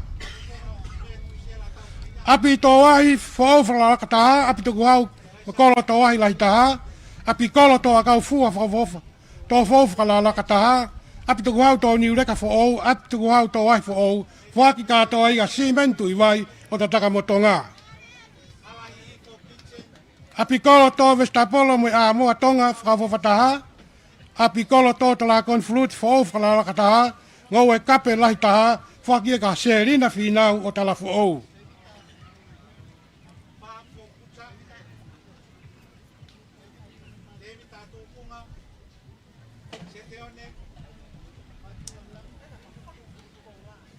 Api tuku hau tō poloka akau papa fo'ou whakalakataha.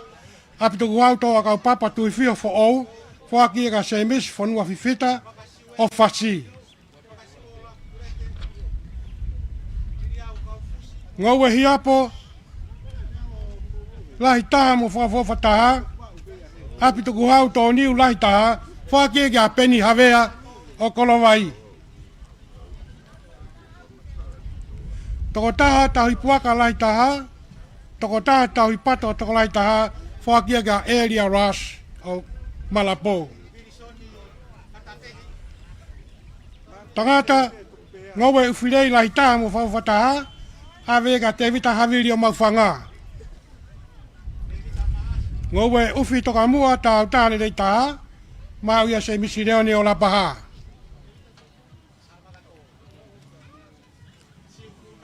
Tau tō uwhi toka mua le rei taha, whakia ke whetaki nima kerea maka mi wā tuu. Tangata ngoe lose le rei taha, whakia ka tānoha lapi api o kolonga.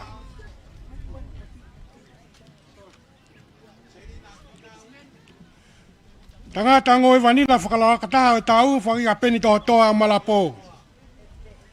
Tangata ngoe kawa lai taha mo whawhawataha, whakia ka make whakas whalau.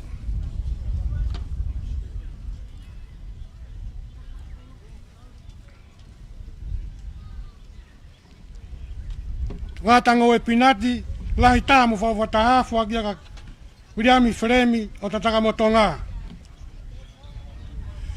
Tangata ngoe mereni lahi taha mo whawhataha, whakia ka kawhoika lau taimi o Malapo. Ngoe hina, lahi taha mo whawhataha, whakia ka alisieri na moa o Perehake.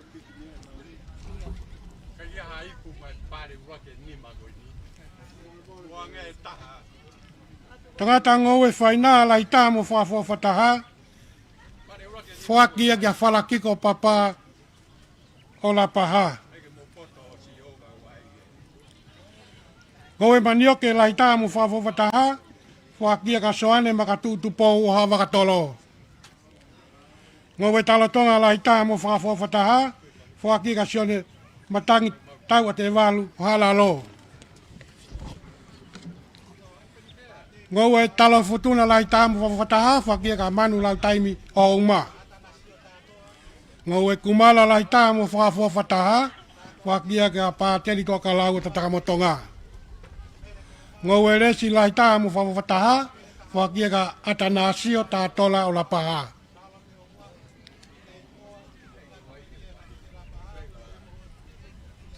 Ngoe hopa Lahi taha, kalas ke he, mauia katoa ke me anga o hawa katolo. Ngowe sia ine le rei taha mo whakafofataha, whakia ki a whalani uhi o kolomotua.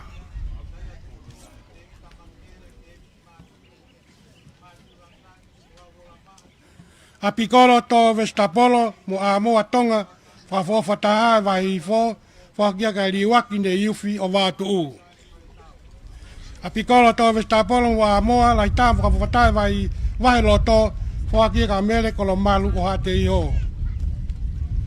A pikolo to Vestapolo mo a moa lai taha whakafofataha o i wahi kolo, whakia ka makineta whaka kolo fo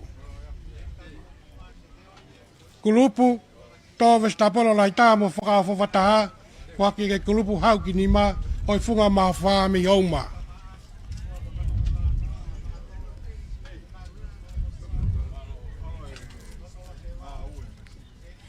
A pikolo ngowe matalaya kau lai taha mo whakafofataha, tau taha whakia ka salote o huafi o nuarei.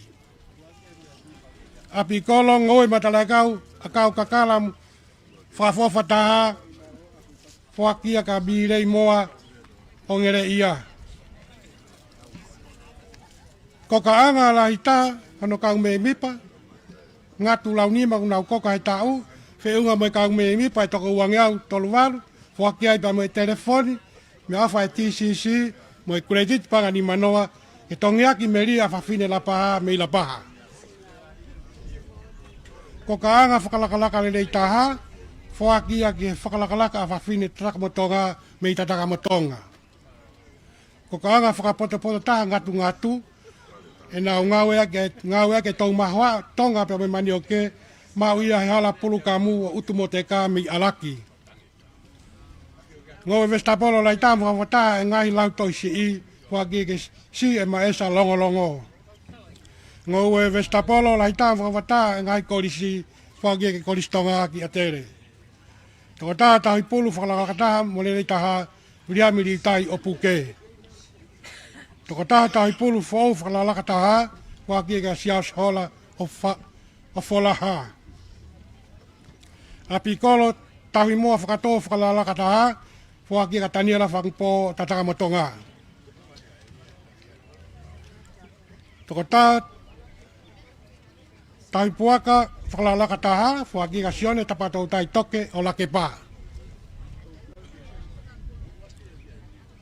A puaka pai o kes whakalakataha, whakia ka malakai au kawa nuarei.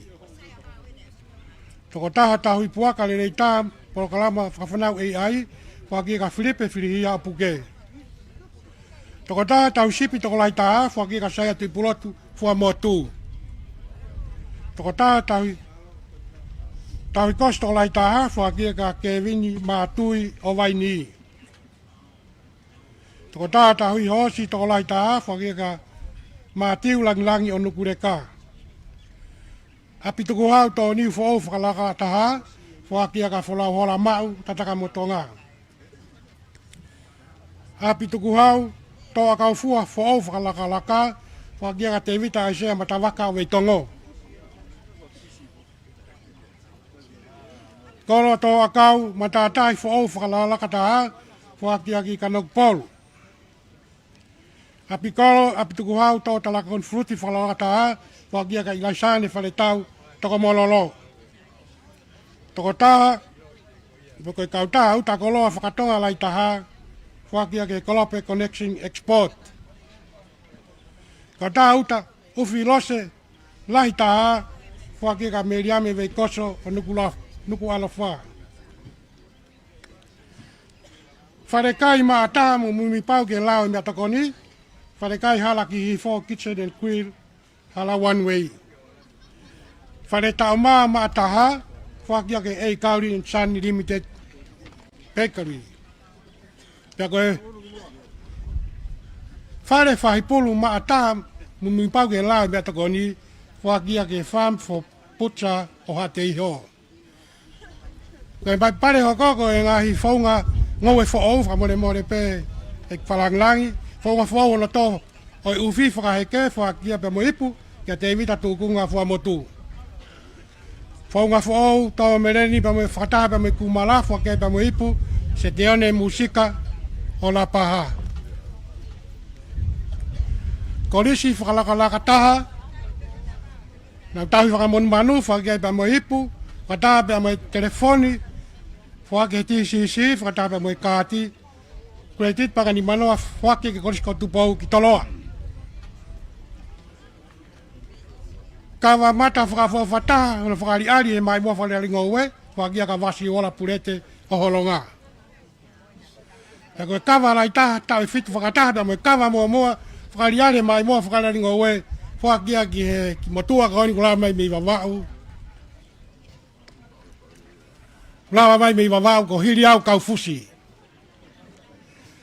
Pia koe toko taha, whakalakalaka taha, ene ngahui e hani pe me hone whakalota whonua, whakia ka te vitatori o ahau.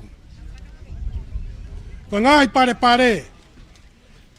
ufi tau ta whakala mo whakawha o whakia ka virisoni whatawhei pere hake. Pare tau ta mo le rei ta fua toka ngā whakia ka te vita maasi o hawa katolo. Pare whakakulupu le rei taha, mo whakaofa taha, whakia ki he pua ko whanako tala noa mi hawa katolo.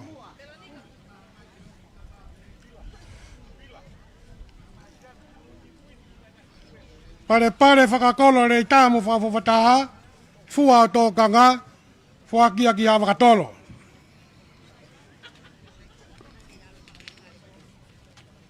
Pare whakakulupure rei tā, e ngahi koloa o wharehanga, whakia ki a siufu naki kolomotua. Pare whakakulupure rei taha, koloa mi wharehanga, whakia ki he kolomotua women. Pare whakakolo rei taha, ai ngahi koloa mi wharehanga, whakia ki tatanga motonga. Pare lulunga akau, tau taha, whakia ki atolose vau o utulau. Pare, Vestapolo, tau tāre rei tā mo whakawhawhata, whakia ka serina whinau, tala whaou. Pare, Vestapolo, whakakorisi rei tā, whakia ki korisi kotupou ki taloa. Ko ngai whiahui ai oke niki. Tangata whama oke niki rei tā, wai toko ua, se siri a hau o hofoa, ta mo pirimi manu, o nuku.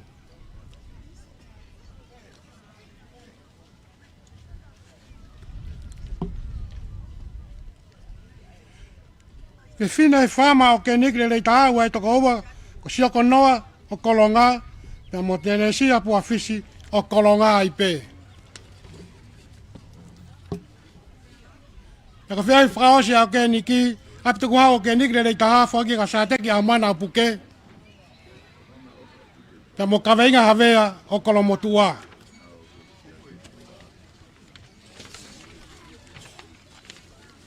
Ka more ka tau hoko atu ai pē. Laka sātiki.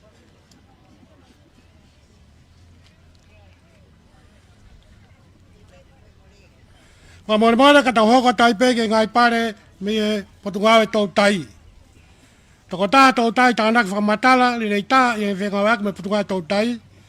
Mauia i peni whanua. Tangata tau tai tānak whakamatala li rei tā tau tai whakatere. Me he ngā hei poi tau ere ika ua noa ua toluke ua noa whāwhake ka uloi pani. Kolo e saima ei tāna keita le rei taha whākia ki kolonga. Ko ngā hei whiaui ngai pare ne ahi lota mala e. Pare tau taha, tau tai lolota le rei taha, mahanga e ko sirio tau tai a e ua, pe mu atu naisa flase. Pare tau taha tau tai mamaha le rei taha e kalaske ke he, whakia ki a Maria Peato Sioko Noa. Pare tau tai whakakolo le rei taha e kalaske ke he o mea tai, whakia ki kolonga SMA. Ngā he mea takoni, ngā weaki e mea tahi ata pe. Uruaki he pare tisi mea tai whakafuafua ki mau mea takoni e takona, whakia ka Maria pe ata sioko noa. Tisi mea tai whakafuafua ki he mau mea takoni e takona, me he ua pe paka, whakia ka wao maire loko tui. Tisi mea kai, whakafuafua ki he mau mea takoni e takona, ngahi me he wheke, mau ia wao maire loko tui. Ngahi pare, ki ngahi pare pare ne ngai pare makehe ne whakari ari e ahoni. Kau tā whakaloto whanua unau whangota e ngu wheke, whakia ke kōsirio tau tai o e ua. Toko tā ku catch le rei tā ni whengaak na me potunga awe tau tai, whakia ke kōsirio tau tai o e ua. Pia koe whaka osi, koe whama tofe le rei tā i whengaak na me potunga awe tau tai, whakia ki pangai motu. Koe ngata anga ia ngai pare me potunga ngō ue pe me potunga tau tai. Ko ngai whea uhi ai potunga ue whatau aki mo langa whawhaka ekonomika. Ko ola ngai whea uhi he ngai pisisi ik te gire sita. Tō taha ngai ki e kie whawhataha i whakaukau mo ilo fōu, o whuakia ka sailau wakalahi. Tō taha la langa tawa wala whawhataha i whakaukau mo ilo fōu, o whuakia kia mirise vaiangina. Tō taha ngai set mea teu siweri whawhataha i whakaukau mo ilo fōu, o whuakia pare uruaki kia ofa lere noa. Tō taha ngai koloa whamea whalatu whanua whawhataha i whakaukau mo ilo fōu, o pare uruaki o whuakia kia sailau wakalahi. Tō taha whakatau pot plani whawhataha, ke tokoni ki atakai mo whiriuaki o ea, ko pare uruaki o whuakia ki as kirioti vea tufunga. Ko pare ngai whamea teu i whawhataha i he whakaukau mo ilo fōu, ko pare uruaki o whuakia ia ki a sailau wakalahi. Ko ola ngai whiauhi e sektoa ngai pisnisi, le sita, o nau fōu koloa whalautu whanua. Pisinisi ngahi koloa mea tokon le reitaha i whakaukau mo ilo fōu, ko pare uruaki o whuakia ki he Votex. Pisinisi ngahi lola Tonga le reitaha i whakaukau mo ilo fōu, ko pare uruaki o whuakia ki he Niutatau Products. Pisinisi taha tongtongi, whawhataha i whakaukau mo ilo fōu, ko pare uruaki o mauia he Island Beauty and Accreditation. Pisinisi o kunau tā mo pulusi ai ngahi āti mo whakatātā whawhataha, ko pare uruaki o mauia e te rita polapau. O toi mau befoki e te rita polapau, pia mo pisinisi āti mo tāwariwari whawhataha i he whakaukau mo ngahi ilo fōou. Pisinisi tui wala, te unga whawhataha i he whakaukau mo ilo fōou, ko pare uruaki o whuakia ki a Villa Tailoring. Pisinisi ngahi koloa nau whare, whawhataha, i whakaukau mo ilo fōou, o whuakia, e pale uruaki ki e wharesiu ki moana. Ko e pare koloa ngahi whalautu whanua, teu whawhataha i whakaukau mo ngahi ilo fōou, ko e pare uruaki, o whuakia ki he tupu anga. Ko ngata anga ia, ai ola, o ngai whiauhi me potungaue, he whakatau aki mo langa whakanomika.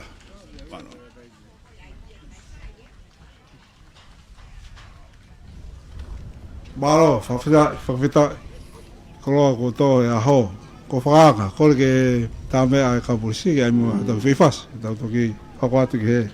Te whakamalo e whai atu he pare mia, malo.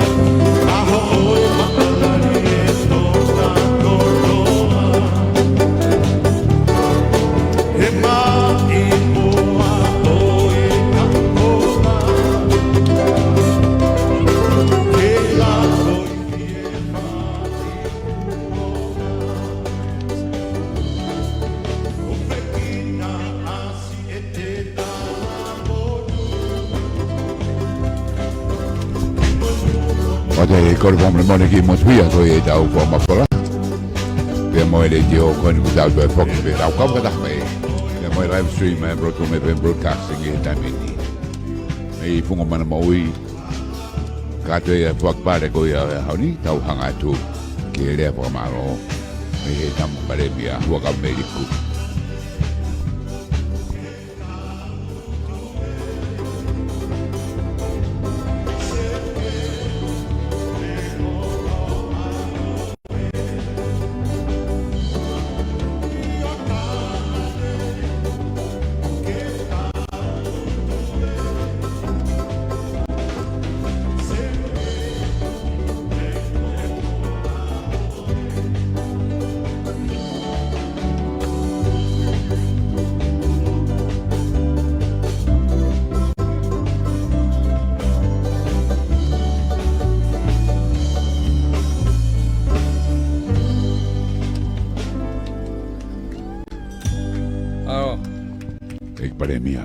Tap mo to MAFFF.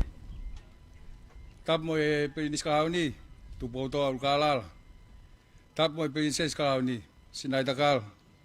Tap mo Princess Latu Peka tua ka MAFFF ke ha mo fo.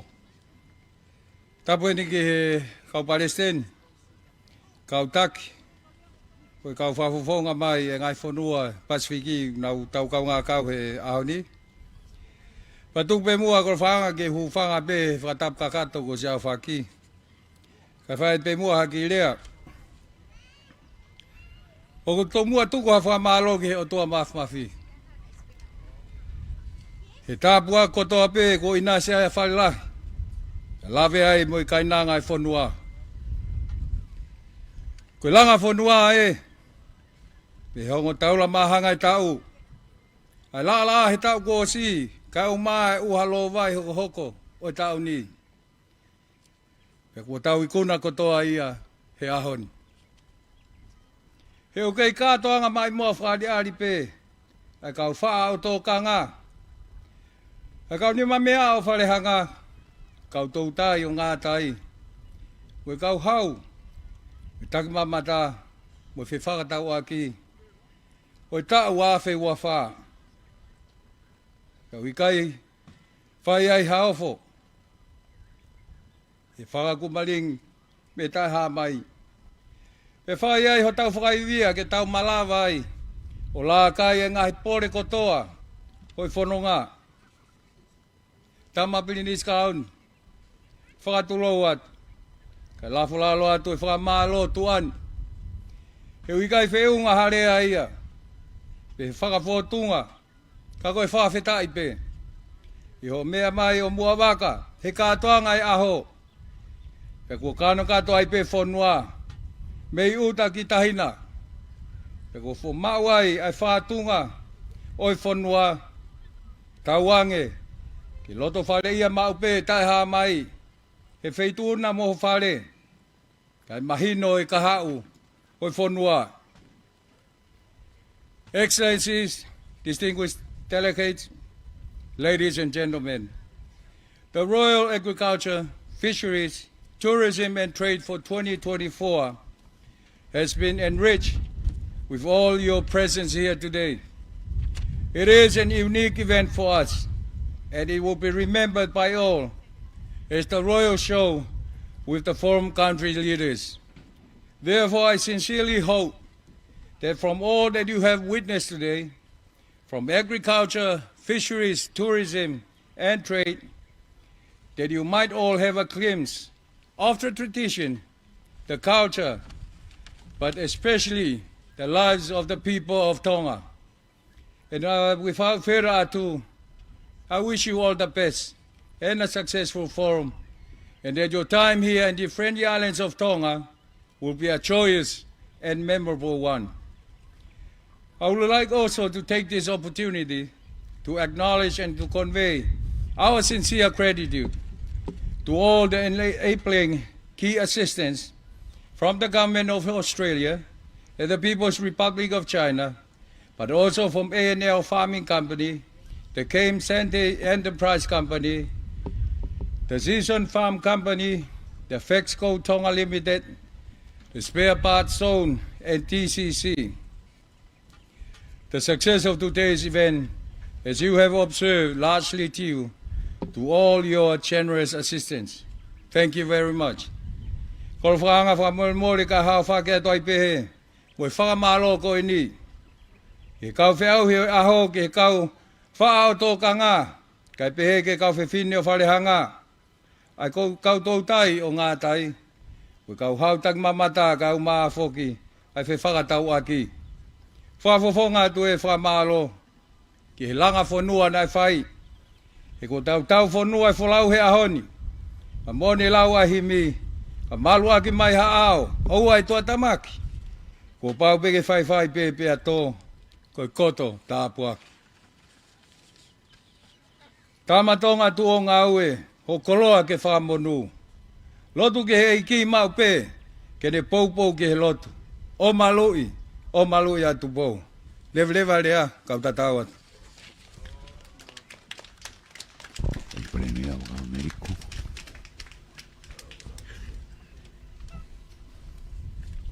Malo atu ana vo wakaberiko. E whamalo ko tau inasi ai. Whao si kore ki he Palestini, se stonga ho iki. Tau whai whikau tu rot kātoanga. Whai buahala tuku. E tau kātoanga he aoni. Malo.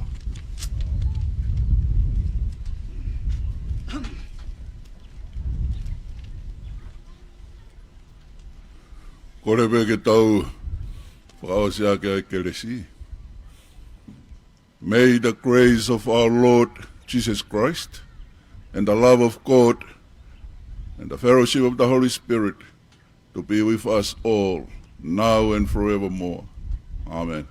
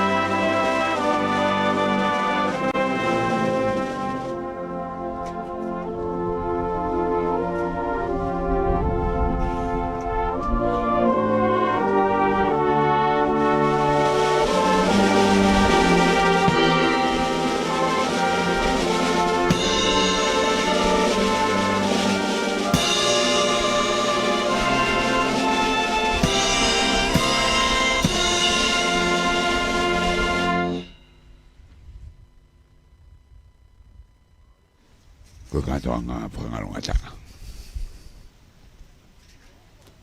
Ai wara ngoe tau tahi. Tak mamata pepe poki whakatau ki o tau wanoa wakwa. Koe kau mai he kau taki ko ia. Ngai whunua e whora mō ma ngai whunua kehe. Ki katoanga ko ia o e tauni. Patonga ne aurere te papatangia ko ia walpitu puinima FMA. Peki live stream e Broadcom FM broadcasting. Ko pata heli ba mo sas kau tai lama mai mi San Francisco. Kau ngawe ko ia Broadcom broadcasting. Website ia. Pita takafua. Ari pate kisina. Pata vei po tare bu tu fua. Mi fora el ngawe ko ia wana wa uafa me mala e mana mo ui. Ko sa Slovaka. Mumia.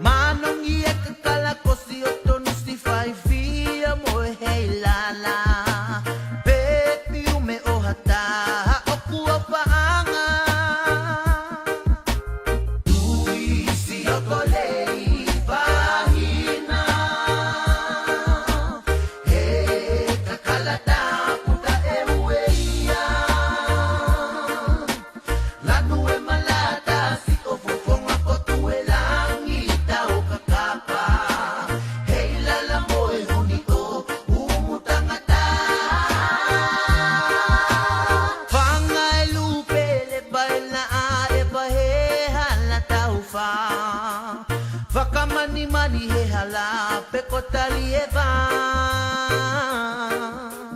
Wana e a pomino anonga si oloto ha Io he koe na nivi e filo siliva Tui si otolei vahina He kakalata puta e ueia Lanu e malata si ofo